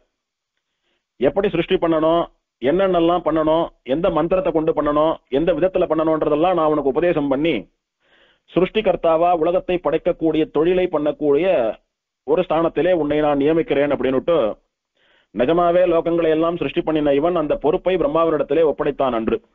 அதுல இருந்துதான் பிரம்மா சதுர்முகன் என்றும் பிதாமகன் என்றும் ஒரு சக்தி வாய்ந்த தேவதையாக மாறினான் அப்படின்னு ஸ்தலபுராணம் தெரிவிக்கிறது. அப்படி பிரம்மாவுக்கு சிருஷ்டி கர்த்திருவம்னு சொல்லக்கூடிய தொழிலை வரமாக கொடுத்த க்ஷேத்திரம் இது. அப்ப இதை யார் படைச்சா அப்படின்னா பிரம்மா அப்படின்றது ஒரு பதவிதான். நேத்து வேற பிரம்மா இருந்தான், இன்னைக்கு வேற பிரம்மா இருக்கான், நாளைக்கு வேற பிரம்மா இருப்பா. அதாவது நேத்து இன்னைக்கு நாளைக்குன்னா நம்முடைய நேத்து இன்று நாளை அல்ல. பிரம்மாவனுடைய ஆயுஷ் எத்தனை இருக்கிறதோ அந்த பூர்ண ஆயுஷ் ஒரு பிரம்மா இருக்கான்னா அதுக்கு முன்னாடி ஒரு பூர்ண ஆயுள் காலம் இன்னொரு பிரம்மா இருந்தான், அடுத்தது வேற பிரம்மா வரப்போறான்னு ஒரு பதவி அது, அவ்வளவுதான். அப்படி இப்ப இருக்கக்கூடிய சதுர்முக பிரம்மாவுக்கு பெருமாள் சிருஷ்டி சாமர்த்தியம்னு சொல்லக்கூடிய வரத்தை அனுகிரகம் பண்ணின க்ஷேத்திரம் இது. ஆகையினாலே அந்த சந்தேகம் வேண்டாம். இப்படி பெருமாள் இங்க வந்து கதம்ப விருட்சமா இருந்துட்டு இருக்கார். அந்த சமயத்துல கதம்ப முனி அப்படின்னு சொல்லக்கூடிய கதம்ப மகரிஷின்னு ஒருத்தர், அவர் பெருமாளை சேவிக்கணும்னுட்டு இந்த கதம்ப கஷேத்திரத்திலே தபஸ் பண்ண ஆரம்பித்தார். பெருமாள் இங்க கதம்ப மரமா தோன்றினதையும் அவருக்கு திருமஞ்சனம் பண்ணின தீர்த்தம் கதம்ப புஷ்கரணியா இருக்கிறதையும் கேள்விப்பட்டு இந்த கஷேத்திரத்துக்கு தேடிண்டு வந்த அவர், நிறைய கதம்ப விருட்சங்கள் இருக்கு சுவாமி, நீங்க எந்த கதம்ப மரமா இருக்கீங்கோ என் கண்ணுக்கு தெரியணும், சேவை சாதிக்கணும் அப்படின்னு பிரார்த்திச்சு தபஸ் பண்ண ஆரம்பித்தார். நிஜமாவே கடுமையான தவம் எல்லாம் பண்ணினார். அவருடைய தவத்தினால் மகிழ்ந்த பெருமாள் அவர் கண்ணுக்கு முன்னாலே வந்து நான் தான் பெருமாள் அப்படின்னுட்டு கதம்ப மரமாவும் பெருமாளாவும் மாறி மாறி காட்சி கொடுத்து அவருக்கு அனுகிரகம் பண்ணினார். அவரும் நன்னா அனுபவித்து சேவித்தார். அவருடைய பக்தியை புரிந்து கொண்ட பெருமாள் நீங்களும் இந்த ஊர்ல இருந்துட்டு என்ன தினம் திருவாராதனம் பண்ணிட்டு வாங்கன்னு நியமித்தார். ஏற்கனவே பிரம்மாவுக்கு சிருஷ்டி கர்த்திருவம்னு சொல்லக்கூடிய பட்டத்தை பதவியை கொடுத்தார். அந்த நன்றியை மறக்காமல் பிரம்மாவும் இந்த ஊர்ல இருந்துட்டு பெருமாள் ஆராதனம் பண்ணிட்டு இருக்கான்னு புராணம் சொல்றது. இப்ப கதம்ப மகரிஷியையும் பெருமாள் இங்க இருந்து எனக்கு ஆராதனை பண்ணிட்டு வான்னு நியமிச்சபடினால கதம்ப மகரிஷியும் பெருமாள் தினம் இந்த கஷேத்திரத்துல இருந்து ஆராதனை பண்ணிட்டு வரார். இன்னைக்கும் பெருமாள் ஆச்சரியமா இங்க புருஷோத்தமனா சயனிச்சுட்டு இருக்கார். புஜங்க சயனம், ஆதிசேஷன் என்கிற பாம்பு படுக்கையிலே சயனித்துக் கொண்டிருக்கிறார். பெருமாளுடைய திருவடிகளின் கீழே பெருமாளை வணங்குவது போல கதம்ப மகரிஷி கையை கூப்பி கொண்டு இருக்கக்கூடிய காட்சி இன்னைக்கும் சேவிக்க முடியும். இந்த கஷேத்திரத்தில இருந்து என்ன சேவிச்சுட்டு எனக்கு ஆராதனம் பண்ணிட்டுவான்னு சொன்னதுனால பெருமாளுடைய திருவடிகள்ல இருந்து திருவடி பக்கத்தில இருந்து பெருமாளை அனுபவித்துக் கொண்டு ஆராதித்துக் கொண்டு வருகிறார்.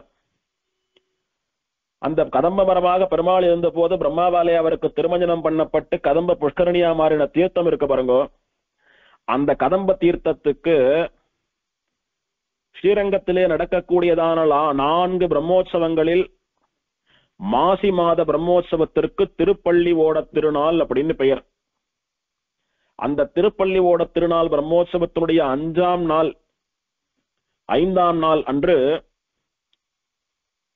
பெருமாள் புறப்பாடார சமயத்துல இந்த கதம்ப புஷ்கரணிக்கு வந்து அங்க தீர்த்தம் சாதிக்கிறார். தீர்த்தம் சாதிக்கிறது அப்படின்னா பெருமாள் குளத்துல இறங்க மாட்டார், புஷ்கரணியில இறங்க மாட்டார். பெருமாள் மேல கரையில தான் எழுதிருப்பார், வாகனத்திலேயோ பல்லக்கிலையோ எழுதிருப்பார். பெருமாளுடைய ஸ்ரீசட்டாரியை மாத்திரம் கொண்டு போய் அந்த புஷ்கரணியிலே தீர்த்தவாரியாட்டமா ஸ்நானம் பண்ணி எல்லாம் பண்ணிட்டு வருவா. அது பெருமாள் ஸ்ரீபாத தீர்த்தம் சாதிப்பது அப்படின்னு சொல்றது. அதை வந்து சாதாரணமா தீர்த்தம் சாதிக்கிறதுன்னு சொல்லி வழக்கத்துல வந்து கொடுத்த அந்த ஊர்ல. அப்படி ஆச்சரியமா பெரிய பெருமாள் தன்னுடைய திருவடிகளை சோதித்துக் கொண்டு தன்னுடைய ஸ்ரீபாத தீர்த்தத்தை இந்த தீர்த்தத்திலே சேர்த்து விட்டு போகிறார் வருஷத்துக்கு ஒரு நாள். இந்த விதமாக பிரம்மாவுக்கு பெருமாள் அனுகிரகம் பண்ணினான், கதம்ப மகரிஷிக்கும் அனுகிரகம் பண்ணினான். கதம்ப மரமாக பெருமாள் சேவை சாதித்தபடியினாலே கதம்ப கஷேத்திரம் கதம்பனூர் அப்படியே மாறி கரம்பனூர்னு ஆயிடுத்து. அடுத்தது பிரம்மாவுக்கு அனுகிரகம் பண்ணதுனால பிரம்மா இங்க இருந்து இன்னைக்கும் பெருமாளை சேவிச்சுட்டு இருக்கான். ருத்ரனும் கூட இந்த கஷேத்திரத்துக்கு வந்து இந்த பெருமாள் தாயாரை சேவித்து தன்னுடைய சாப விமோசனம் பெற்றான். அதாவது ஒரு காலத்துல சதுர்முகன்னு சொல்லக்கூடிய இந்த பிரம்மாவுக்கு 5 முகங்கள் 5 தலைகள் இருந்ததாம். ருத்ரனுக்கும் 5 தலைகளாம். ஒரு முறை அசப்புல 5 தலையோட பாக்குறதுக்கு ருத்ரனாவே இருக்கிறதுனால ருத்ரன் மாதிரியே இருக்கிறபடினால தெரியாம பார்வதி என்ன பண்ணாலாம், பிரம்மாவினுடைய கால அலம்பினாலாம் பாத பூஜை பண்றதுன்னு. அவள் தன்னுடைய பர்த்தாவான ருத்ரனுக்கு பாத பூஜை பண்றதா நினைச்சுட்டு தெரியாம மாமனாரான பிரம்மாவுக்கு கால அலம்பி பாத பூஜை பண்ணிட்டா போல் இருக்கு. அதை பார்த்துட்டு சிவனுக்கு கோபம் வந்துடுத்து, எனக்கு தானே பண்ணுவேன், என்ன இவருக்கு மாத்தி பண்றிய அப்படின்னா, இல்ல 5 தலை இருந்ததுனால நீங்க தான் நினைச்சுண்ட அப்படின்னா போல் இருக்கு. உடனே இந்த தலை தானே பிரச்சனை, எனக்கும் 5 தலை உனக்கும் 5 தலைன்னா என்ன அர்த்தம்? இந்த வில்லங்கம் ஏற்பட்டதே இந்த தலையினால தானே, உன்னுடைய ஒரு தலையை கிள்ளிடுறேன்னுட்டு 5 தலைகள்ல ஒரு தலையை கிள்ளுட்டான். தன் தகப்பனுடைய தலையை கிள்ளியபடியினாலே அந்த தலை கபாலம் அந்த மண்டவோட அப்படியே இவனுடைய கையில ஒட்டிடுத்து. இவன் கிள்ளிய கையில இருந்து அந்த கபாலம் போக மாட்டேன்றது. பிரம்மா சபிச்சுட்டான் கோபத்துல. பெத்த தகப்பன்னு பார்க்காம, வேதம் சொல்லி கொண்டிருக்கக்கூடிய ஒரு பிரம்ம வித்துன்னு பார்க்காம, சதா சர்வ காலமும் நான் எல்லா வேதங்களையும் சொல்லிட்டு இருக்கேன். இத்தனை தலை இத்தனை வாய் இருக்கிறது எதற்கு? எல்லா வேதங்களையும் சொல்றதுக்கு தான். அப்படி வேதம் ஓதக்கூடிய பிரம்ம வித்துன்னு பார்க்காம, பெத்தாப்பன்னு பார்க்காம, அகங்காரத்தினால என் தலையை கல்லுட்டியோன்னு, என் தலை உன் கையை விட்டு போகாது அப்படின்னு சபிச்சுட்டான். இவர் அந்த கையில அந்த கபாலம் ஒட்டின்னு இருக்கிறபடினால எந்த காரியத்தையும் பண்ண முடியாம ரொம்ப அவஸ்தைப்பட்டார், ரொம்ப சிரமப்பட்டார். அப்போ அவருக்கு எப்படி இதுல இருந்து தப்பிக்கிறதுன்னா அதுக்கு ஒரு வழி. என்ன வழி அப்படின்னா, அந்த மண்டவோடு இருக்கு பாருங்க, அது கபாலம். கபாலம் அப்படின்றது ஒரு பாத்திரம் மாதிரியா இருக்கிறது. அந்த கபாலத்தை கொண்டு எல்லாரிடத்துலயும் போய் பிக்ஷை வாங்கணும். எப்போ அந்த கபாலம் நிறையறதோ அப்போ தானா அந்த கபாலம் ருத்ரனுடைய கையில இருந்து உதிர்ந்து விழுந்து விடும். அப்போ அவனுக்கு சாப விமோசனம் என்பதாக அவனுக்கு சாப விமோசனத்துக்கு வழி சொல்லப்பட்டது. இப்படி தகப்பனையும் வேத அத்தியனம் பண்ணின ஒரு வேத வித்தையும் கொண்டதுனால பிரம்மத்தி தோஷம் வந்துடுத்து. கையில கபாலம் வேற ஒட்டின்னு எடுத்து. இப்ப என்ன பண்றது? கஷேத்திரத்துக்கு கஷேத்திரம் போய் பிக்ஷை எடுக்கணும். எந்த கஷேத்திரத்திலே அந்த கபாலம் நிறைகிறதோ அப்ப தானா உதிர்ந்து விழும். இவர் அப்படி ஒரு ஊரா சஞ்சாரம் பண்ணிட்டு, ஒரு தேசமா சஞ்சாரம் பண்ணிட்டு, போற இடத்துல எல்லாம் பிக்ஷை வாங்கிட்டு வரார். அந்த பாத்திரமா நிறையறதா காணும். கடல்ல பெருங்காயத்தை கரைச்சா போல போட்டுட்டே இருக்கா, நிறைய மாட்டேன்றது. கடைசியில இந்த பெருமாளுக்கு உத்தமன்னு பேருன்னு சொல்றாளே, நம்ம அப்பாவான பிரம்மாவுக்கு அனுகிரகம் பண்ணிருக்கான், கதம்ப மகரிஷிக்கு அனுகிரகம் பண்ணிருக்கான், உத்தமன்னு பேர் வச்சுருக்கான், கண்டிப்பா நமக்கு இவங்கிட்ட போனா நல்லது நடக்கும் அப்படின்னு நம்பி இந்த உத்தமர் கோவிலுக்கு வந்து இந்த பெருமாளிடத்துல பிரார்த்திக்கிறான் ருத்ரன். இங்க பிக்ஷை எடுத்துக்கொண்டு வந்தபடியினாலே பிக்ஷாடனர் அப்படின்னு இங்க இருக்கக்கூடிய ருத்ரனுக்கு பெயர். பிக்ஷாடனர், பிக்ஷாண்டார் அப்படின்னு எல்லாம் அந்த சிவனுக்கு பெயர். அவ சைவ சம்பிரதாயத்தில இந்த கோவிலை பிக்ஷாண்டார் கோவில் அப்படின்னு கூப்பிடுறா. இந்த ருத்ரனை பிக்ஷாண்டார்னு அவ ரொம்ப பக்தியோட வணங்குறா சைவர்கள். வரார், வந்து பெருமாளிடத்திலே வந்து, சுவாமி எனக்கு இந்த மாதிரி ஆயிடுத்து, சாப விமோச்சனத்துக்காக வந்திருக்கிறேன், உத்தமன் பேர் உங்களுக்கு, பிரம்மா முதலானவர்களுக்கெல்லாம் இறங்கி வந்து அனுகிரகம் பண்ண தேவரீர் எனக்கும் பண்ணணும் சுவாமி அப்படின்னுட்டு பிரார்த்திக்கிறான். பிரார்த்தித்த போது தானம் வழங்குவது, வாரி வழங்குவது, அனுகிரகம் பண்றது, செல்வத்தை கொழிப்பது, ஐஸ்வர்ய மழைய பொழியறது, இதெல்லாம் யார்? சாட்சாத் பெரிய பிராட்டி ஸ்ரீ மகாலட்சுமி. தன் பக்கத்துல இருந்த மகாலட்சுமின்னு சொல்லக்கூடிய தாயார். அவளை பார்த்து பெருமாள், தேவி ருத்ரனுக்கு அனுகிரகம் பண்ணு, கேட்கறான் பாவம், அவனுக்கு பிக்ஷை போடு அப்படின்னு நியமிக்கிறார். தாயாரும் சந்தோஷமா பெருமாள் சொல்லிட்டாருன்றதுக்காக நிறைஞ்ச மனசோட, முழு மனசோட ருத்ரனுக்கு கைப்பிடி அரிசி எடுத்து பிக்ஷை போடுறான் அந்த கபாலத்துல. பிராட்டி கையாலே கைப்பிடி அரிசி வாங்கி அந்த அரிசியானது அந்த கமண்டலத்திலே, அந்த கபாலத்திலே விழுந்தா விட்டு ஒரு க்ஷணத்துல கமண்டலம், அந்த கபாலம் அப்படியே நிறைஞ்சு போயிடுது. கபாலம் நிறைஞ்சு போய் ருத்ரனுடைய கையிலே ஒட்டி கொண்டிருந்த அந்த பிரம்மாவினுடைய 5வது தலை கபாலம் தானே உதிர்ந்து ஒரு பூ செடியிலிருந்து உதிர்ந்து கீழே விழறாப்புல விழுந்துடுத்து. அப்பா, இப்பதான் இவனுக்கு அப்படியே நிம்மதி பெருமூச்சு வந்தது, தப்பித்தோண்டா சுவாமின்னு ஆயிடுத்து. இப்படி ருத்ரன் கபாலத்திலே பிக்ஷையிட்டு இவள் இட்ட பிச்சையினாலே அந்த கபாலம் பூர்ணமானபடியினாலே, நிறைந்தபடியினாலே, எங்க போயும் எத்தனை பேர்கிட்ட பிச்சை வாங்கியும் நிறையாத பூர்ணமாகாத இந்த கபாலம் இவளாலே பூர்ணமானபடியினாலே அவளுக்கு பூர்ணவல்லின்னு பெயர். அவருக்கு வல்லின்னா கொடின்னு அர்த்தம்னு பார்த்தோம். கொடி போன்ற இடையை உடையவள், கொடி போன்று நளினமாக வளைந்து நெளிந்து அழகாக இருக்கக்கூடியவள். கொடி எப்படி பார்த்தா கண்ணை பறிக்கிறதோ அந்த மாதிரி அழகா இருக்கக்கூடியவள் அர்த்தம் பொதுவா வல்லின்னா. இவ என்ன வள்ளின்னா பூரணவல்லி. இவள் நிறைவானவள், இவளே நிறைவானவள், இவளிடத்திலே ஒரு குறையும் கிடையாது, பூரணமானவள். இவள் கிட்ட போய் யார் எதை கேட்டாலும் அவளுக்கும் ஒரு குறையும் கிடையாது, அவளுக்கும் பூரணமா எல்லாத்தையும் தரக்கூடியவா, பூரணமா எல்லா அனுகிரகமும் பண்ணக்கூடியவோ. அதனால ருத்ரனுக்கு கைப்பிடி அரிசிதான் போட்டா அதுவே அவனுக்கு பூரணமாகி அந்த கபாலத்தை நிறைத்து அவனுடைய சங்கடத்திலிருந்து அவனை விடுபட்ட செய்தது. இந்த நன்றியை மறக்காமல் என்னுடைய கையில இருந்த கபாலம் கழண்டு விழும்படியா அனுகிரகம் பண்ணின பெருமாளையும் பிராட்டியும் சேவிச்சுண்டு ஆராதனை பண்ணிட்டு நானும் இங்கே இருந்துடுறேன்னுட்டு ருத்ரனும் அந்த ஊர்லயே தங்க ஆரம்பிச்சுட்டான். இப்போ பெருமாளை சேவிக்கிறதுக்காக பிரம்மா என்ன ருத்ரன் என்ன 2 பேரும் இந்த ஊர்லயே இருந்துட்டு இருக்கா. இது ஒரு சரித்திரம். சீதா பிராட்டியினுடைய தகப்பனாரான ஜனக மகாராஜா, அவர் ராஜ்ய பாரம் எல்லாம் சுமந்தது போறோம், நல்லா ஆச்சரியமா ராஜ்யம் எல்லாம் பண்ணி ஆயிடுத்து, வயசான காலம். இதுக்கு மேல நாம பகவத் சிந்தனையில ஈடுபட்டு கஷேத்ராடனம் போயிண்டு நிறைய புண்ணிய தீர்த்தங்கள்ல தீர்த்தமாடிண்டு பெருமாள் தாயாரெல்லாம் சேவிச்சுண்டு அப்படி போய் வைகுண்டத்துக்கு சேரலான்னு விட்டு ராஜ்யபாரத்தெல்லாம் தகுந்தவாள் இடத்திலே ஒப்படைத்து விட்டு ஆத்த விட்டு வந்துட்டார். தீர்த்த யாத்திரையா வரார். வந்த போது இந்த கதம்ப கஷேத்திரத்தினுடைய மகிமையை கேள்விப்பட்டு இங்க வந்து சேர்றார். இந்த இடத்துல எந்த ஒரு தர்ம காரியங்கள் புண்ணிய காரியங்கள் பண்ணாலும் அது பல மடங்கா பலன் தரும் அப்படின்னு இந்த சலபுராணத்திலே சொல்லப்பட்டிருக்கிறபடினாலே இவர் தன்னுடைய ஆச்சாரியரான கௌதமர், காஷ்யபர் இவாளையெல்லாம் ரித்விக்குகளா கொண்டு, அதாவது வாத்தியாரா வச்சுண்டு இங்க ஒரு யாகம் பண்ணணும்னு ஆரம்பிக்கிறார். அப்படி ஆச்சரியமா வேதத்திலே சொல்லப்பட்ட முறையிலே யாகம் நன்னா சிறப்பா தொடங்குறது. அப்போ அந்த யாகத்திலே சமர்ப்பிப்பதற்காக ஹவிஸ், அவின்னு சொல்லக்கூடிய ஹவிஸ், ஏற்கனவே பார்த்தோம், அரிசி மாவும் நெய்யும் கலந்து பண்ணப்படக்கூடிய அடை போல இடக்கூடிய ஒரு பதார்த்தம், புரோட்டாசம்னு பெயர் அதற்கு. அதை பண்ணி வச்சா எடுத்து அதை மொத்தமா பண்ணி வச்சுட்டு ஒருத்தர் பேர் சொல்லி ஒண்ணு ஒண்ணா போடுறதுன்னு வழக்கம் இல்லை. ஒரு தேவதைக்குன்னு ஒரு பாத்திரம், இந்த பாத்திரம் விஷ்ணுவனுடையது, இந்த பாத்திரம் இந்திரனுடையது, இது ருத்ரனுடையதுன்னு அந்த பாத்திரத்தையே இது இவாளோடதுன்னு சொல்லி அவ பேரை சொல்லி அவளுடைய மந்திரத்தை சொல்லி அவளுக்குன்னு ஒதுக்கணும். அந்த ஒதுக்குற முறைக்கு பரிகல்பனம்னு பெயர்.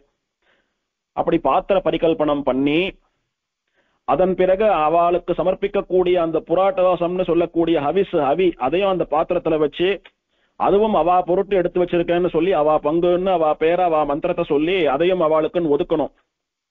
அதுக்கு அபிமந்திரணம்னு பெயர். அப்படி வச்சுட்டு யாகத்துல அவாவாளுடைய டேர்ன் வரச்ச, அவாவாளுடைய பிரகரணம் வரச்ச அவாவா பேரை சொல்லி ஸ்வாகா ஸ்வாகான்னு கொடுத்தா யாகத்துல அவிசா அவ வாங்கிப்பா, அவ திருப்திப்படுவா, அனுகிரகம் பண்ணுவா, யாகம் பூர்த்தி ஆகும். இந்த மாதிரி பாத்திர பரிகல்பனம் பண்ணி அபிமந்திரணம் பண்ணி வைத்ததை யார் பேரை சொல்லி பண்ணி வச்சிருக்காளோ அவளுக்கு தான் சரியா யாகத்துல சமர்ப்பிக்கணும். ஆள் மாத்தி போட்டு கூடாது. போட்டா இவரும் அதிருப்தி ஆயிடுவார், அவரும் அதிருப்தி ஆயிடுவார், யாகம் கெட்டு போயிடும். யாகம் பண்ணி வைக்கிறவா பண்றவா ரெண்டு பேருக்கும் பாவம் சம்பவிக்கும், பிரம்மரட்சசா போவா. அதனால ரொம்ப ஜாகிரதையா பண்ண வேண்டிய காரியம், எல்லாத்தோட பிரதானமான காரியம். இந்த யாகங்கள்லாம் இவா வனங்கள்ல காடுகள்ல பண்ணுவா. அப்படி பண்றச்ச நாய் நரி இதெல்லாம் அந்த புரோட்டாசம்னு சொல்லக்கூடிய ஹவிச மோந்து பாக்குறதோ வாய வைக்கிறதோ இல்ல தாண்டறதோ அதெல்லாம் பண்ணிடக்கூடாது. தெரிஞ்சு கூட தெரியாம கூட பண்ணக்கூடாது, தெரிஞ்சும் பண்ணக்கூடாது. இவாளுக்கு தெரியாம ஒரு நாய் என்ன பண்ணிட்டு இவா ஹவிஸுக்காக வச்சிருந்த புரோட்டாசத்தை மோந்து பார்த்துடுத்தோ இல்ல தாண்டி பார்த்துடுத்தோ ஏதோ ஒண்ணு பண்ணி எச்சல் பண்ணி அசுத்தம் பண்ணிடுத்து. இவா இதை கவனிக்கல. இதுக்காக தான் அடியேன்னு சொன்னேன், தெரிஞ்சும் பண்ணக்கூடாது, தெரியாதையும் பண்ணக்கூடாது. இவா கண்ணெதிர்க்க ஏதோ நடந்துடுத்து பாக்குறா, ஏதோ வாயில்லாத பிராணி தெரியாம பண்ணிடுத்தோ அப்படின்னு சொல்லி தெரிஞ்சும் அதை இவா யாகத்துல பயன்படுத்தக்கூடாது. இவாளுக்கு தான் தெரியலையே சுவாமி, யாருமே பார்க்கல, அப்புறம் எப்படி நாய் வந்து அதை அசுத்தம் பண்ணிடுத்துன்னு தெரியும் அப்படின்னா, இவா பார்க்கலன்னா கூட அது அசுத்தமானது தான். அதை எந்த தேவதைக்கு போடுறாளோ அந்த தேவத்தை கோச்சுண்டு நாய் மோந்து பார்த்ததை நாய் எச்சல் பண்ணதெல்லாம் எனக்கு போடுறியான்னு கோவிச்சுண்டு இவனை வந்து நிகிரகம் பண்ணும், தண்டிக்கும். அதனால என்ன பண்ணா தெரியாம இவ வந்து அந்த ஹவிசை ஏதோ ஒரு தேவதைக்கு இதுல விநியோகம் பண்ணினா, அப்போ அந்த யாகம் வந்து அசுத்தியா எடுத்து கெட்டு போயிடுத்து. பண்ணக்கூடிய ரித்விகளுக்கெல்லாம் கூட தோஷம் வந்துடுத்து. இத பண்ண உடனே அந்த தேவதையினுடைய சாபத்தினால இவாளுக்கு மேல மந்திரம் மறந்து போயிடுத்து, மந்திரம் வரல. இதுக்கு மேல என்ன பண்ணணும்ன்ற ப்ரொசீஜர் மறந்து போயிடுத்து, பிரயோகம் கூட ஞாபகம் இல்லை. அதனால எல்லாம் அப்படியே பிரம்ம பிடிச்சா மாதிரி சித்த பிரம்ம பிடிச்சா மாதிரி நின்னா, யாகம் தடைப்பட்டு போயிடுத்து. ஜனகர் ரொம்ப மனம் வந்து போயிட்டார், ஆசையா ஒரு யாகம் பண்ணணும்ட்டு வந்தோம், இந்த மாதிரி ஆயிடுத்து அப்படின்னு. இது வரைக்கும் எத்தனையோ யாகங்களை ஜனகரம் பண்ணிருக்கார், இவாலம் பண்ணி வச்சிருக்கா. ஆனா ஒரு நாளும் இந்த மாதிரி ஆனது இல்லையே, எதனால இந்த மாதிரி ஆறுதுன்னு எல்லோரும் பெருமாளை நோக்கி தியானம் பண்றா. சுவாமி எதனால இந்த மாதிரி ஆச்சுன்னு தெரியல, எங்களுக்கு எந்த காரணத்தினாலே யாகம் தடைபட்டதுன்னு காட்டி கொடுக்கணும்னு தியானம் பண்றா. அப்போ அந்த சமயத்துக்கு ஊர் பேர் தெரியாத முன்ன பின்ன பார்க்காத ஒரு முனிவர், ஒரு ரிஷி பல சிஷ்யர்களை கூட அழிச்சுண்டு அந்த சிஷ்யர்களுக்கெல்லாம் வேத அத்தியனம் பண்ணி அத்தியாபனம் பண்ணிட்டே வரார். அதாவது வேதம் சொல்லி கொடுத்துட்டே வரார். இந்த குழந்தைகள் எல்லாம் வேதம் சொல்லிட்டு ஆச்சாரியன் பின்னாடி வர்றது கோஷ்டியா வரா. நேர ஜனகரண்ட வந்து, ஓ ராஜ ரிஷியே, இது வரைக்கும் பாருங்க இந்த கதம்ப மரம், இந்த கதம்ப மரத்தை தெய்வமாக நீங்கள் வணங்கினால், இத உபாசனை பண்ணினா உம்முடைய குறை தீரும் அப்படின்ற ஒரு வார்த்தையை மட்டும் சொன்னார். சொல்லிட்டு புறப்பட்டார் அங்கிருந்து. ஜனகர் கேட்கிறார், சுவாமி நீங்க யாரு, நான் எதுக்கு இந்த மரத்தை உபாசிக்கணும், எதனால இந்த மரத்தை உபாசிக்கணும், அந்த மரத்தை உபாசிக்கிறதுனால எப்படி என்னுடைய குறை தீரும், எனக்கு என்ன குறை, இதெல்லாம் கேட்கிறார். அப்பா உன் எல்லா கேள்விகளுக்கும் பதில் கிடைக்கும், நீ வெறுமை இந்த மரத்தை உபாசனை பண்ணு, ஆராதி, இதை ஸ்தோத்திரம் பண்ணு, அது மட்டும் போறோம்னு அவர் புறப்பட்டு போயிட்டார் அங்கிருந்து. சரின்னு ஜனகரம் அவர் பேச்ச கேட்டு இந்த கதம்ப விருட்சத்துக்கு திருமஞ்சனம் பண்றது, ஆராதனம் பண்றது, பூஜை பண்றது, ஸ்தோத்திரம் பண்றது, அதை துதிக்கிறது, சேவிக்கிறது, பிரதட்சணம் பண்றதுன்னு எல்லாம் பண்ணிட்டு வரான். அப்போ அந்த மரத்துல இருந்து ஒரு அசரீரி வாக்கு கேட்கறது, பெருமாள் பேசுறான், கதம்ப விருட்சமா இருக்கக்கூடிய பெருமாள் பேசுறான். இந்த கதம்ப மரம் யாருமல்ல, சாட்சாத் பெருமாள் ஸ்ரீமன் நாராயணன் புருஷோத்தமன் நான் தான். எதனால யாகம் தடைபட்டு போனதுன்னா, நாயாலே அசுத்தம் பண்ணப்பட்ட ஹோம திரவியங்களை ஹவிச கொண்டு ஹோமம் பண்ணினீங்கோ, அதனால உங்க புத்தி கலங்கி போய் மந்திரம் மறந்துடுத்து, பண்ணக்கூடிய பிரக்கிரிய ப்ரொசீஜரும் மறந்துடுத்து. இனிமேல் இருக்கிற வஸ்துக்களை எல்லாம் தூக்கி போட்டுட்டோ இடத்த ஹோம குண்டத்தெல்லாம் சுத்தம் பண்ணி சுத்திக்காக ஒரு புண்ணியாக வாசனம் பண்ணிட்டோ திரும்ப புதுசா திரவியங்கள் வாங்கிட்டு வந்து திரும்ப புதுசா ஹவிஸ் எல்லாம் ரெடி பண்ணி யாகம் பண்ணினா உங்களுடைய புத்திக்கு தெளிவு ஏற்படும், யாகம் நல்லபடியா நடக்கும், நானும் சந்தோஷப்படுவேன், உங்களுக்கும் வேண்டின பலன் கிடைக்கும்னு பெருமாள் சாதிக்கிறார். சரின்னு மன்னிச்சுடுங்கோன்னு எல்லாருமா பெருமாள் இடத்துல கோஷ்டியா மன்னிப்பு கேட்டுண்டு பெருமாள் சொன்னபடிக்கு திரும்ப புதுசா ஆரம்பிக்கிறா. யாகம் நல்லபடியா நடக்கிறது. யாகத்தை பூர்த்தி பண்ணிடுறா. பூர்த்தி பண்ணி முடிச்ச உடனே பூர்ணாவதி முடிஞ்ச சமயத்துல பெருமாள் தன்னுடைய நிஜமான வடிவத்தை இந்த கதம்ப மரத்துல இவாளுக்கு காட்டி கொடுக்கிறார். அதாவது எல்லாருமா அந்த கதம்ப மரத்தை முன்னாடி விழுந்து சேவிக்கிறா கோஷ்டியா, சுவாமி எங்களுடைய தப்பு என்னன்னு எங்களுக்கு தெரியப்படுத்தி உணர்த்தி நீங்க ஆச்சரியமா எங்களை திருத்தினீங்க, நீங்க சொன்னபடிக்கு நாங்க யாகத்தை பூர்த்தி பண்ணிட்டோம், நீங்க மாத்திரம் இல்லைன்னா எங்க தப்பு எங்களுக்கு தெரிஞ்சிருக்காது, யாகமத்தையும் நாங்க முடிச்சிருக்க மாட்டோம். யாகத்தை பாதியில விட்ட பாவம் வந்து நாங்கெல்லாம் பிரம்மராட்சசாலா அலைஞ்சுட்டு இருந்திருப்போம் காலாகாலத்துக்கும். என்னைக்கு ஒரு மகான் வந்து எங்களை எல்லாம் சாபத்திலேருந்து விடுவிக்கிறது, உங்களுடைய அனுகிரகத்தினாலதான் அதுல இருந்தெல்லாம் நாங்க மீட்கப்பட்டு அப்படியெல்லாம் ஹிம்சப்படாம அவஸ்தப்படாம நல்லபடியா யாகத்தை பூர்த்தி பண்ணினோம்னு சேவிக்கிறச்ச பெருமாள் நான் உங்களுக்கு என்னுடைய உண்மையான சுரூபத்தை காட்டி கொடுக்குறேன்னுட்டு திருவனந்தாழ்வானாகிற ஆதிசேஷன் மேலே சயனித்துக் கொண்டிருக்கக்கூடியதான தன்னுடைய சயன கோலத்தை பெருமாள் இந்த மரத்திலே அவளுக்கு காட்டி கொடுக்கிறார். அப்போ இந்த கதம்ப மரமாக இருக்கக்கூடியது நான் தான் அப்படின்னு பெருமாள் வந்து தன்னுடைய சுயரூபத்தை அவளுக்கு காட்டி கொடுத்தான் புருஷோத்தமனாக. அப்போ பெருமாளுடைய உந்தின்னு சொல்லக்கூடிய தொப்புள்ள இருந்து பிரம்மாவும் தோன்றி அவளுக்கு சேவை கொடுத்தான். நீங்கெல்லாம் என்ன தெய்வம்னு நினைச்சு சிருஷ்டிகர்த்தான்னு நினைக்கிறீங்கோ, ஆனா என்ன படைத்தவன், என்னை காப்பாத்திரவன், என்ன அனுகிரகம் பண்ணினவன், என்னையும் சாபத்திலேருந்து மீட்டவன் எல்லாம் இந்த பெருமாள் தான். இவனாலதான் நான் இருந்துட்டு இருக்கேன். இவன் தான் என்ன தாங்குறான் அப்படின்னு சொல்லிட்டு எனக்கும் தெய்வம் எனக்கும் பெருமாள் இவன் தான். அதனாலதான் நாமெல்லாம் புருஷா, நமக்கெல்லாம் உத்தமனான புருஷன் இவன் அப்படின்றபடினாலே இவனுக்கு புருஷோத்தமன் பெயர் அப்படின்னு பெருமாளுடைய பெருமையை பிரம்மா அங்க உபதேசம் பண்றான். அடுத்த க்ஷணம் ருத்ரனும் அங்கே தோன்றுகிறான். கையிலே கபால பாத்திரத்தோட தோன்றி இந்த மாதிரி இவருடைய ஒரு தலையை கிள்ளினதுனால எனக்கு கபாலம் கையோட ஒத்துண்டுத்தோ, நான் பிரம்மத்தி தோஷம் வந்துடுத்து, எனக்கு நான் சாப விமோச்சனம் தேடி ஊர் ஊரா அலைஞ்ச போது இந்த பெருமாள் தான் தாயாரிடத்திலே அனுகிரகம் பண்ணி தாயாரிடத்துல சொல்லி பெருமாள் வாக்குப்படி தாயார் பிக்ஷையிட்டதுனால எனக்கு சாப விமோச்சனம் கிடைத்தது, பிரம்மத்தி தோஷமும் போயிடுத்து. அதனால நானும் இங்கே இருந்துட்டு இந்த பெருமாளை சேவிச்சுட்டு இருக்கேன். எனக்கும் இவர் தான் சுவாமி. இப்படி மும்மூர்த்திகள் 2 பேரா சொல்லப்படுற எங்களுக்கு கூட இவர் தான் சுவாமி, அதனால இவர் தான் புருஷோத்தமன் சேவிச்சுக்கோங்கன்னுட்டு பிக்ஷபாத்திரத்தை கையில வச்சுட்டு இருக்கிற கோலத்துல ருத்ரனும் கூட பெருமாளுக்கு பக்கத்துல நின்றானாம் கைய கூப்பிண்டு. இப்போ ஜனகருக்கு பெருமாளோடு கூட பிரம்மா ருத்ரன்னுட்டு மும்மூர்த்திகளுடைய தரிசனமும் கிடைத்தது. ஜனகர் சந்தோஷப்பட்டு பிற்காலத்திலே தான் சேவித்தது போல அந்த கதம்ப மரத்திலே பெருமாள் எப்படி புருஷோத்தமனா ஆதிசேஷன் மீது சயனித்துக் கொண்டிருக்கக்கூடிய சேவையை இவருக்கு கொடுத்தானோ அதே திருக்கோலத்திலே இவருக்கு விக்கிரகம் ஏற்படுத்தி பெருமாள் கோவில் கட்டினான். அந்த ஜனகனாலே விக்கிரகம் பண்ணப்பட்டு பிரதிஷ்டை பண்ணப்பட்ட கோவிலைத்தான் நாம் இப்போது சேவிச்சுட்டு இருக்கோம். அவன்தான் உத்தமர் கோயில் என்கிற திருக்கரம்பனூர் திவதேசத்திலே சேவை சாதிக்கக்கூடியவனான புருஷோத்தமன் கரம்பனூர் உத்தமன். பெருமாள் ஆச்சரியமா ஆதிசேஷன் பேர்ல சயனிச்சுருக்கார். கதம்ப மகரிஷி அவரை சேவிச்சுருக்கார். பெருமாளுடைய உந்தியிலிருந்து பிரம்மா வரான்.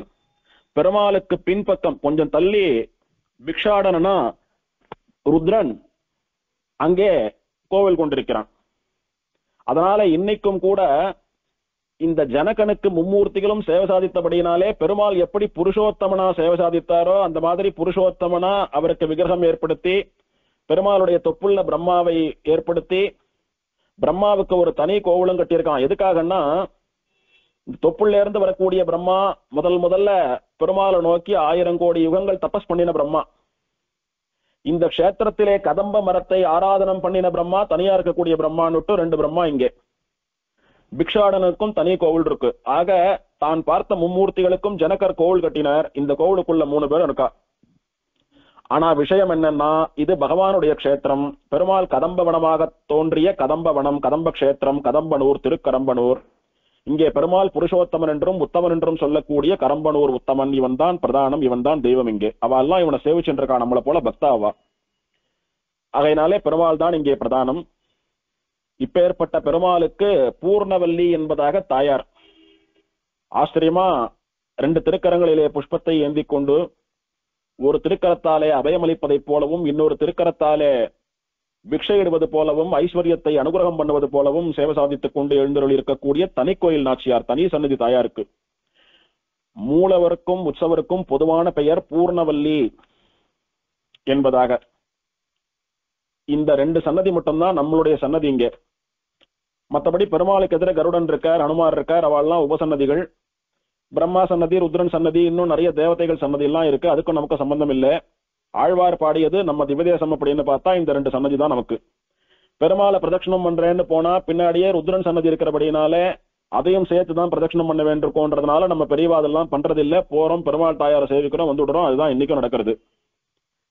சத்கீர்த்தி வர்தனன் என்பதாக ஒரு ராஜா, ரொம்ப தர்மம் பண்ணின தர்ம நெறியிலே அரசாண்ட ராஜா. பல வருஷங்களாக அவனுக்கு குழந்தை இல்லை. அவன் புத்திரன் இல்லாத சோகத்தினாலே இந்த ஊர் பெருமாள் எல்லோருக்கும் அனுகிரகம் பண்ணக்கூடிய உத்தமன் தெரிஞ்சுண்டு இங்க வந்து தபஸ் பண்ணினான். பெருமாள் புருஷோத்தமனா அவனுக்கு சேவை சாதித்து, இந்த ஊர்ல நான் கதம்ப மரமா இருக்கேன், எனக்கு திருமஞ்சனம் பண்ணி அந்த தீர்த்தத்தை நீயும் உன்னுடைய தர்மபத்தினியும் சாட்டா உங்களுக்கு குழந்தை பிறக்கும்னு அனுகிரகம் பண்ணி, அப்படியே இவ பண்ணினதுனால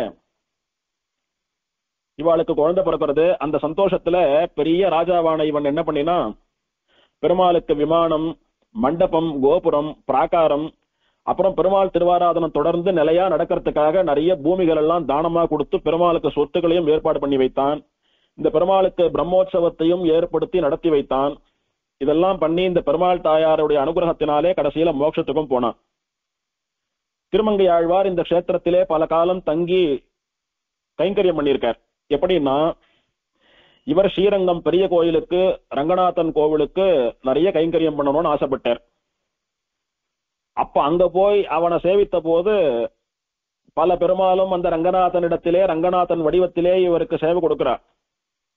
அதுல இந்த கரம்பனூர் உத்தமனும் ஒருத்தர்னு பாசுரத்துல சொல்றார் ஆழ்வார். பேரானை குறுங்குடியம் பெருமானை கரம்பனூர் உத்தமனைன்னு சாதிக்கிறார். திருத்தன்கால் ஊரானை கரம்பனூர் உத்தமனைன்னுட்டு. இந்த கரம்பனூர் உத்தமன் அங்க சேவை சாதித்தான். அவன் எங்க இருக்கான்னு தேடிட்டு வந்தார். கஷேத்திரத்துக்கு வந்துட்டார். இவனை சேவிச்சுட்டார்.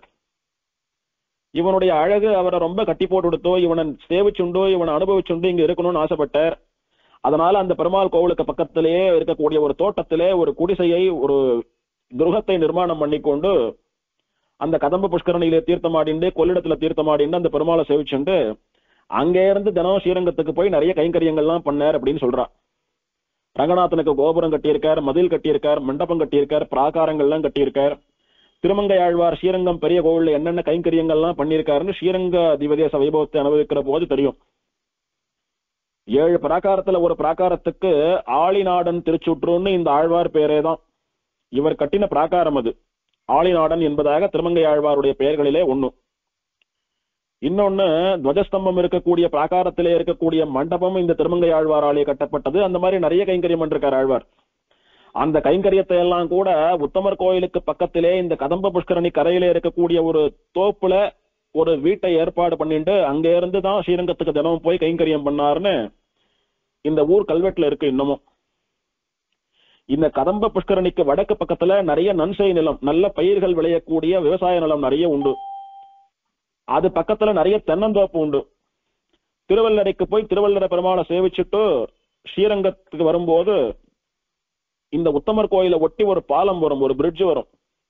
அந்த பாலத்து மேல வண்டி வரச்ச அதுல இருந்து இடது பக்கம் பார்த்தோம்னா ஆச்சரியமா நிறைய வயல்வெளிகள், நிறைய தென்னந்தோப்புக்கு நடுவுல இந்த கோவில், கோபுரம், விமானம், பிராகாரம் இதெல்லாம் ஆச்சரியமா சேவையாகும். அப்பேற்பட்ட ஆச்சரியமான ஊர். அந்த ஆழ்வார் தங்கியிருந்த தோப்புக்கு இன்னைக்கும் கூட ஆழ்வார் பட்டவர்த்தி அப்படின்னு திருமங்கை ஆழ்வாரோட பெயரால ஆழ்வார் தங்கின இடம் என்கிற அர்த்தத்திலே வழங்கப்படுகிறது. ஆழ்வார் பட்டவர்த்தின்னு பெயர். இதெல்லாம் இந்த கஷேத்திரத்துல இருக்கிற கல்வெட்டுல தெரியறது. அப்புறம் கடைசி காலத்துல ஆழ்வார் ஸ்ரீரங்கத்திலேயே போய் தங்கியிருந்து ஸ்ரீரங்கம் பெருமாளை கைங்கரியம் பண்ணாருன்றதுலாம் நமக்கு தெரிஞ்ச விஷயம். இந்த கரம்பனூர் உத்தமனைன்னுட்டு ஆழ்வார் இவரை மங்களாதாசனம் பண்ணிட்டு கண்டது தென்னரங்கத்தேன்னு இந்த பெருமாளை ஸ்ரீரங்கத்துல பார்த்தேன்னு சொன்னாரோ இல்லையோ. இதற்கு சுவாமி பெரியவாச்சான் பிள்ளை, 4000 திவ்ய பிரபந்தத்திற்கு வியாக்கியானம் பண்ணின வியாக்கியான சக்கரவர்த்தியான பெரியவாச்சான் பிள்ளை இதுக்கு வியாக்கியானம் பண்றச்ச, வழிக்கரையிலே திருவாசலுக்கு ஒரு கதவிடாதே வந்து கிடக்கிறவனை அப்படின்னு வியாக்கியானம் பண்றார். வழிக்கரை அப்படின்னா ஆத்தங்கரை. ஆத்தங்கரைய வழியா பயன்படுத்தி ஒரு ஊர்ல இருந்து இன்னொரு ஊருக்கு போறதுன்றது அந்த காலத்து வழக்கம். இப்ப இந்த கொள்ளிடக்கரையில தான் திருக்கரம்பனூர்னு சொல்லக்கூடிய திவதேசம் இருக்கு. அப்படியே அந்த கரை மேலேயே போனா தசாவதார சன்னதி வரும், வடக்கு வாசல் வரும். நேரம் உள்ள போனா தாயார் சன்னதி, மேட்டை சிங்கர் சன்னதி, ஸ்ரீரங்கம் பெரிய கோவிலுக்குள்ள போயிடலாம். அதனால கரையே வழியா அமைந்தபடியினாலே வழிக்கரைன்னு பெயர் இதற்கு.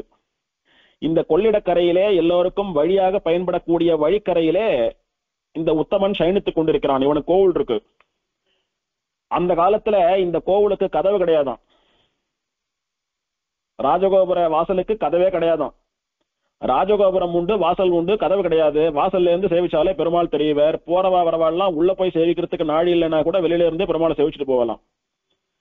அத வியாக்கியானத்துல பெரியவாச்சான் பிள்ளை காட்டி கொடுக்கிறார். வழிக்கரையிலே திருவாசலுக்கு ஒரு கதவிடாதே வந்து கிடக்கிறவனை. ஒரு கதவு கூட இல்லாம சயனிச்சுட்டு இருக்கான்பா வழிக்கரையில வந்து. ஏன் அப்படின்னா உள்ள வந்து சேவிக்கிறவாதான் சேவிக்க முடியும்னு இல்லாம ஏதோ காரியமா வயிற்று பொழப்புக்காக ஓடுறவாலும் கூட வாசல்ல இருந்தபடியே சேவிச்சுட்டு போலான்னுட்டு கதவே வேண்டான்னு அத்தனை இறக்கமா இவனுக்கு. அவ்வளவு பெரிய கோவில்ல ஒரு கதவு கூட இல்லாம பக்தாளுக்காக தன்னை தாழ்த்தி கொண்டிருக்கக்கூடிய உத்தமனிவன், புருஷோத்தமனிவன். யார் எப்ப வேணாலும் இந்த பக்கம் வருவா போவா, கோவில் திறந்திருக்கிற நேரத்துக்கு கோவிலுக்குள்ள வந்துதான் சேவிக்கணும்னு இல்ல, வரைச்ச போறச்ச அப்படி பார்த்து கையை கூப்பிட்டு போட்டோம் அப்படின்னு கதவே வேண்டான்னு வச்சுட்டான் பெருமாள். அப்படி இருந்தது. ஆனா இப்ப கதவு வந்து கொடுத்து பிற்காலத்துல அந்த திவ்யதேசத்துக்குன்னு வச்சுக்கோங்க. இங்க உற்சவங்கள் அப்படின்னு பார்த்தா பெருமாளுக்கு சித்ரா மாசம் பௌர்ணமி திதி முடிய, சித்ரா பௌர்ணமி முடிய 10 நாள்கள் பிரம்மோற்சவம். பௌர்ணமிக்கு முன்னாலே 10 நாள்கள் முன்னாலே உற்சவம் தொடங்கி சித்ரா பௌர்ணமி அன்னைக்கு தீர்த்தவாரி ஆகும்படியாக பிரம்மோற்சவம். ஆணி மாசம் பெருமாளுக்கு ஜேஷ்டாபிஷேகம், கவசம் எல்லாம் கலைஞ்சு பெருமாளுடைய நிஜமான திருமேனிக்கு திருமஞ்சனம் பண்ணக்கூடிய ஜேஷ்டாபிஷேகம். ஆவணி மாதத்திலே பவித்ரோற்சவம், புரட்டாசியிலே நவராத்திரி உற்சவம், திருக்கார்த்திகை உற்சவம் விசேஷமா நடக்கும் பெருமாளுக்கு. பெருமாள் வெளியூருக்கு போகக்கூடிய உற்சவம் அப்படின்னா மாசி மகத்தன்னைக்கு இந்த உத்தமர் கோயில் இருக்கக்கூடிய புருஷோத்தமன் உற்சவர் அவரும் திரு அன்பில்னு சொல்லக்கூடிய அன்பில் திவ்யதேசத்து பெருமாள் வடிவழகிய நம்பின்னுட்டு சுந்தரராஜ பெருமாள் அவரும் 2 பேரும் புறப்பட்டு ஸ்ரீரங்கத்திலே வட திருக்காவிரின்னு சொல்லக்கூடிய கொள்ளிடக்கரைக்கு வருவா. அன்பில் பெருமாள் அன்பில் இருந்து வருவார், இந்த பெருமாள் உத்தமர் கோயில்ல இருந்து வருவார். 2 பேரும் கொள்ளிடக்கரையில 2 பேருக்கும் தனித்தனியா ஒரு ஓலை பந்தல் போட்டு வச்சிருப்பா. அங்க திருமஞ்சன வேதிக்கையை ஏல பண்ணி அதை இந்த 2 பெருமாளையும் ஏல பண்ணி இவருக்கு தனியா அவருக்கு தனியா திருமஞ்சனம் நடக்கும் மாசி மகத்தன்னைக்கு. அப்ப கொள்ளிட ஆத்துல ஜலம் போயிட்டு இருக்கும்.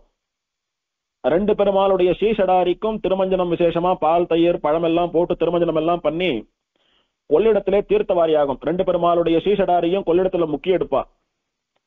மாசி மகம் அப்படின்றது பொதுவா பெருமாளுக்கு தீர்த்த உற்சவம். நிறைய பெருமாள் ஆத்துல மூழ்கிறது, சமுத்திரத்துல மூழ்கிறது, குளத்துல மூழ்கிறதுன்னு பல இடங்கள்ல தீர்த்தவாரி ஆகும்.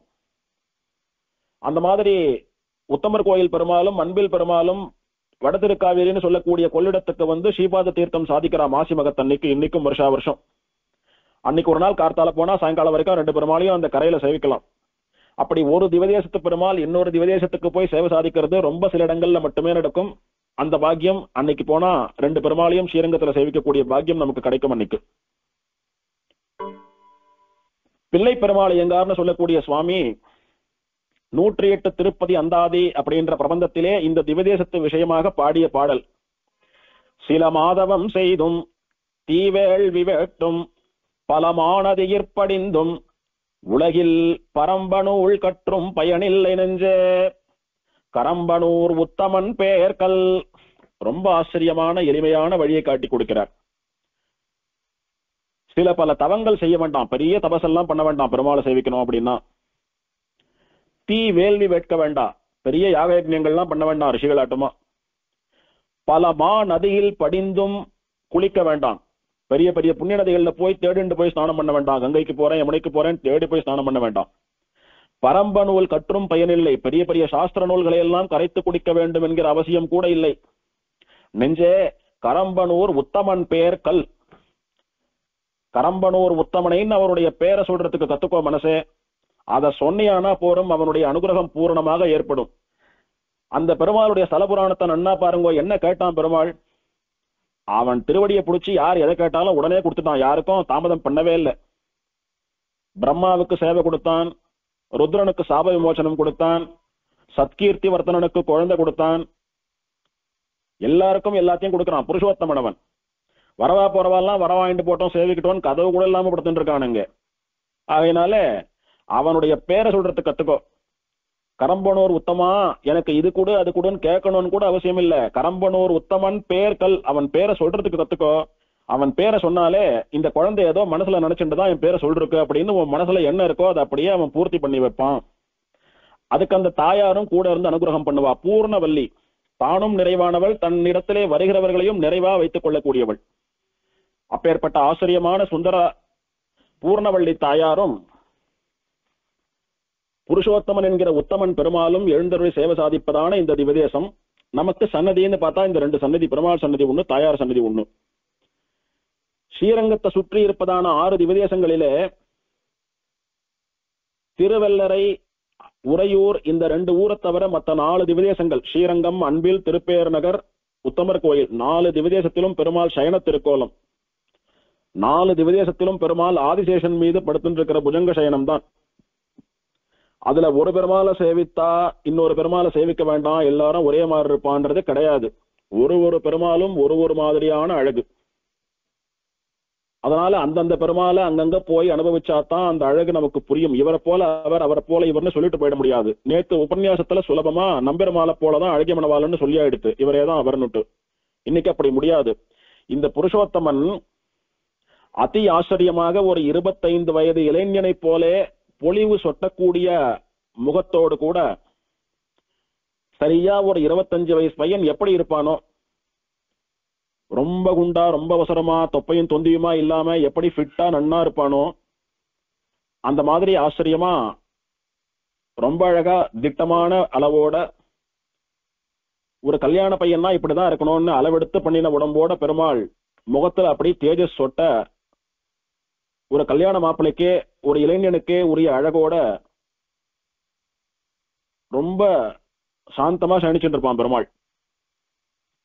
பெரிய பெருமாளை போல அப்படியே ரொம்ப வசீகாரம் பண்ணக்கூடிய, பார்த்தாலே தான் பரம்பொருள் என்று சொல்லக்கூடிய அந்த தேஜஸும் கிடையாது. வடிவழகிய நம்பியை போல நன்னா குண்டா பருத்திருக்கிற திருமேனியும் கிடையாது. அப்ப கூடத்தானை போல நீண்டு நெடிது உயர்ந்த பெரிய திருமேனியும் கிடையாது. அழகா ஒரு இளைஞன் படுத்துட்டு இருக்கிற மாதிரி பெருமாள் யுவாவா படுத்துட்டு இருப்பான். அது ஒரு தனி அழகு. அவனை போய் சேவித்தாதான் அந்த அழகு அனுபவிக்க முடியும். உற்சவர் ஸ்ரீதேவி பூமி தேவியோட கூடிய ரங்கநாதனை போலே அபயஹஸ்தமும் இடது கையிலே கதையை பிடித்துக் கொண்டும் சங்க சக்கரங்களை ஏந்தி கொண்டும் சேவை சாதிக்கக்கூடிய பெருமாள். அந்த புருஷோத்தமனுடைய படத்தை அடியேன் வாட்ஸ்அப் குரூப்ல ஷேர் பண்ணிருக்கேன், சேவிச்சுக்கோங்க. விஷ்ணு ஸ்தலாதர்ஷம் என்கிற கிரந்தமானது இந்த திவ்யதேச விஷயமான தியான ஸ்லோகத்தை நமக்கெல்லாம் அருளி இருக்கிறது. ஸ்ரீமத் உத்தம பத்தனே து பகவான் உத்யோக வைமானிகः ஸ்லாக்யே புண்ணிய கதம்ப தீர்த்த விலசத் தீரே அஹிஷாயி சுகம் நாம்னா ச உர்வரயா ஸ்ரியா சக சதா கேலி பரஹ் கேவலம் பிராச்சீதிக்வதனः கதம்ப வரதோ விஷ்ணுः ச சர்வோத்தமः. ஸ்ரீமத் உத்தம பத்தனே து பகவான் உத்யோக வைமானிகः. பத்தனம் அப்படின்னா பட்டணம்னு அர்த்தம், ஊர். ஸ்ரீமத் பிராட்டியினுடைய சம்பந்தத்தாலே பொலிந்து விளங்குகிற, சிரேஷ்டத்தோடு ஐஸ்வர்யத்தோட விளங்குகிற, திரு பொலிகிற உத்தம பட்டணே, உத்தம கஷேத்திரம்னு சொல்லக்கூடிய உத்தமர் கோயில் என்று சொல்லக்கூடிய இந்த ஊரில் பகவான் பரம்பொருள் ஸ்ரீமன் நாராயணன் உத்தியோக வைமானிகா, உத்தியோக விமானம் என்கிற விமானத்தின் கீழே, உத்தியோக விமானம் என்று ஸ்லாகித்து பேசப்பட்ட, கொண்டாடப்பட்ட, பெருமையாக சொல்லப்பட்ட விமானத்தின் கீழே புண்ணிய கதம்ப தீர்த்த விலசத்து தீரே, புண்ணிய தீர்த்தமான கதம்ப தீர்த்தத்தினுடைய கரையிலே அஹிஷாயி சுகம், அஹின்னா பாம்பு, ஷாயின்னா படுத்துட்டு இருக்கிறவன், சுகம் அப்படின்னா சுகமா சந்தோஷமா ஆனந்தமா பாம்பு படுக்கையிலே படுத்துக் கொண்டிருப்பவனாக கிடந்த திருக்கோலத்திலே சேவை சாதிக்கிறான். நாம்னாச்ச உர்வரையா ஸ்ரீயா சக சதா கேலி பரஹ் கேவலம். உர்வரி, பூர்ணவல்லி என்றெல்லாம் திருநாமங்களை உடைய ஸ்ரீயா மகாலட்சுமியோடு கூட சதா கேலி பரஹ் கேவலம், எப்போதும் விளையாடிக் கொண்டு லீலைகள் பண்ணிக்கொண்டு ஆனந்தமாக இருப்பதன் காரணத்துக்காகவே கேவலம் அதுக்காகவே சயனிச்சுட்டு இருக்கான். என்ன பண்றான் இங்க அப்படின்னா, ஒரு 25 வயசு இளைஞனை போல, கல்யாண மாப்பிள்ளைய போல அழகான மிடுக்கான கோலத்தோட இந்த பாம்பு படுக்கையில இந்த உத்தமர் கோயில் சொல்லக்கூடிய கஷேத்திரத்திலே உத்தியோக விமானத்தின் கீழே கதம்ப தீர்த்தத்தினுடைய கரையிலே பாம்பின் மீது எதற்காக படுத்துட்டு இருக்கான் தெரியுமா?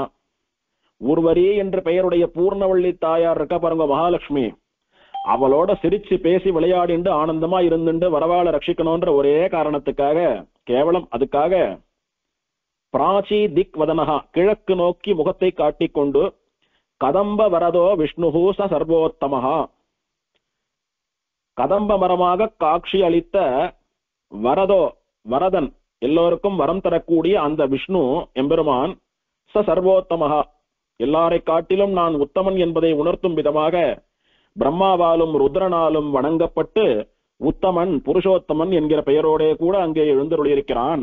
அவனை போய் சேவித்து அந்த பிராட்டியை முன்னிட்டு அவனுடைய திருவடிகளை பிடித்துக் கொண்டால் நமக்கும் கூட வேண்டியதெல்லாம் தருவான். அவனுடைய பெயரை சொன்னாலும் கூட போதும் என்பதாக இந்த ஸ்லோகம். ஸ்ரீமத் உத்தம பத்தனேது பகவான் உத்யோக வைமானிகா ஸ்லாக்கியே புண்ணிய கதம்ப தீர்த்த விலசத் தீரே அஹிஷாயி சுகம் நாம்னா ச உர்வரயா ஸ்ரியா சகசதா கேலி பரஹ் கேவலம் பிராச்சீதிக்வதனஹ கதம்ப வரதோ விஷ்ணுஹ ச சர்வோத்தமஹ. ஸ்ரீமதே பூர்ணவல்லி நாயிகா சமேத புருஷோத்தம பரபிரம்மணே நமஹ. திருமங்கையாழ்வார் திருவடிகளே சரணம். ஸ்ரீரார்த்தூப்புள் திருவேங்கடமுடையான் திருவடிகளே சரணம்.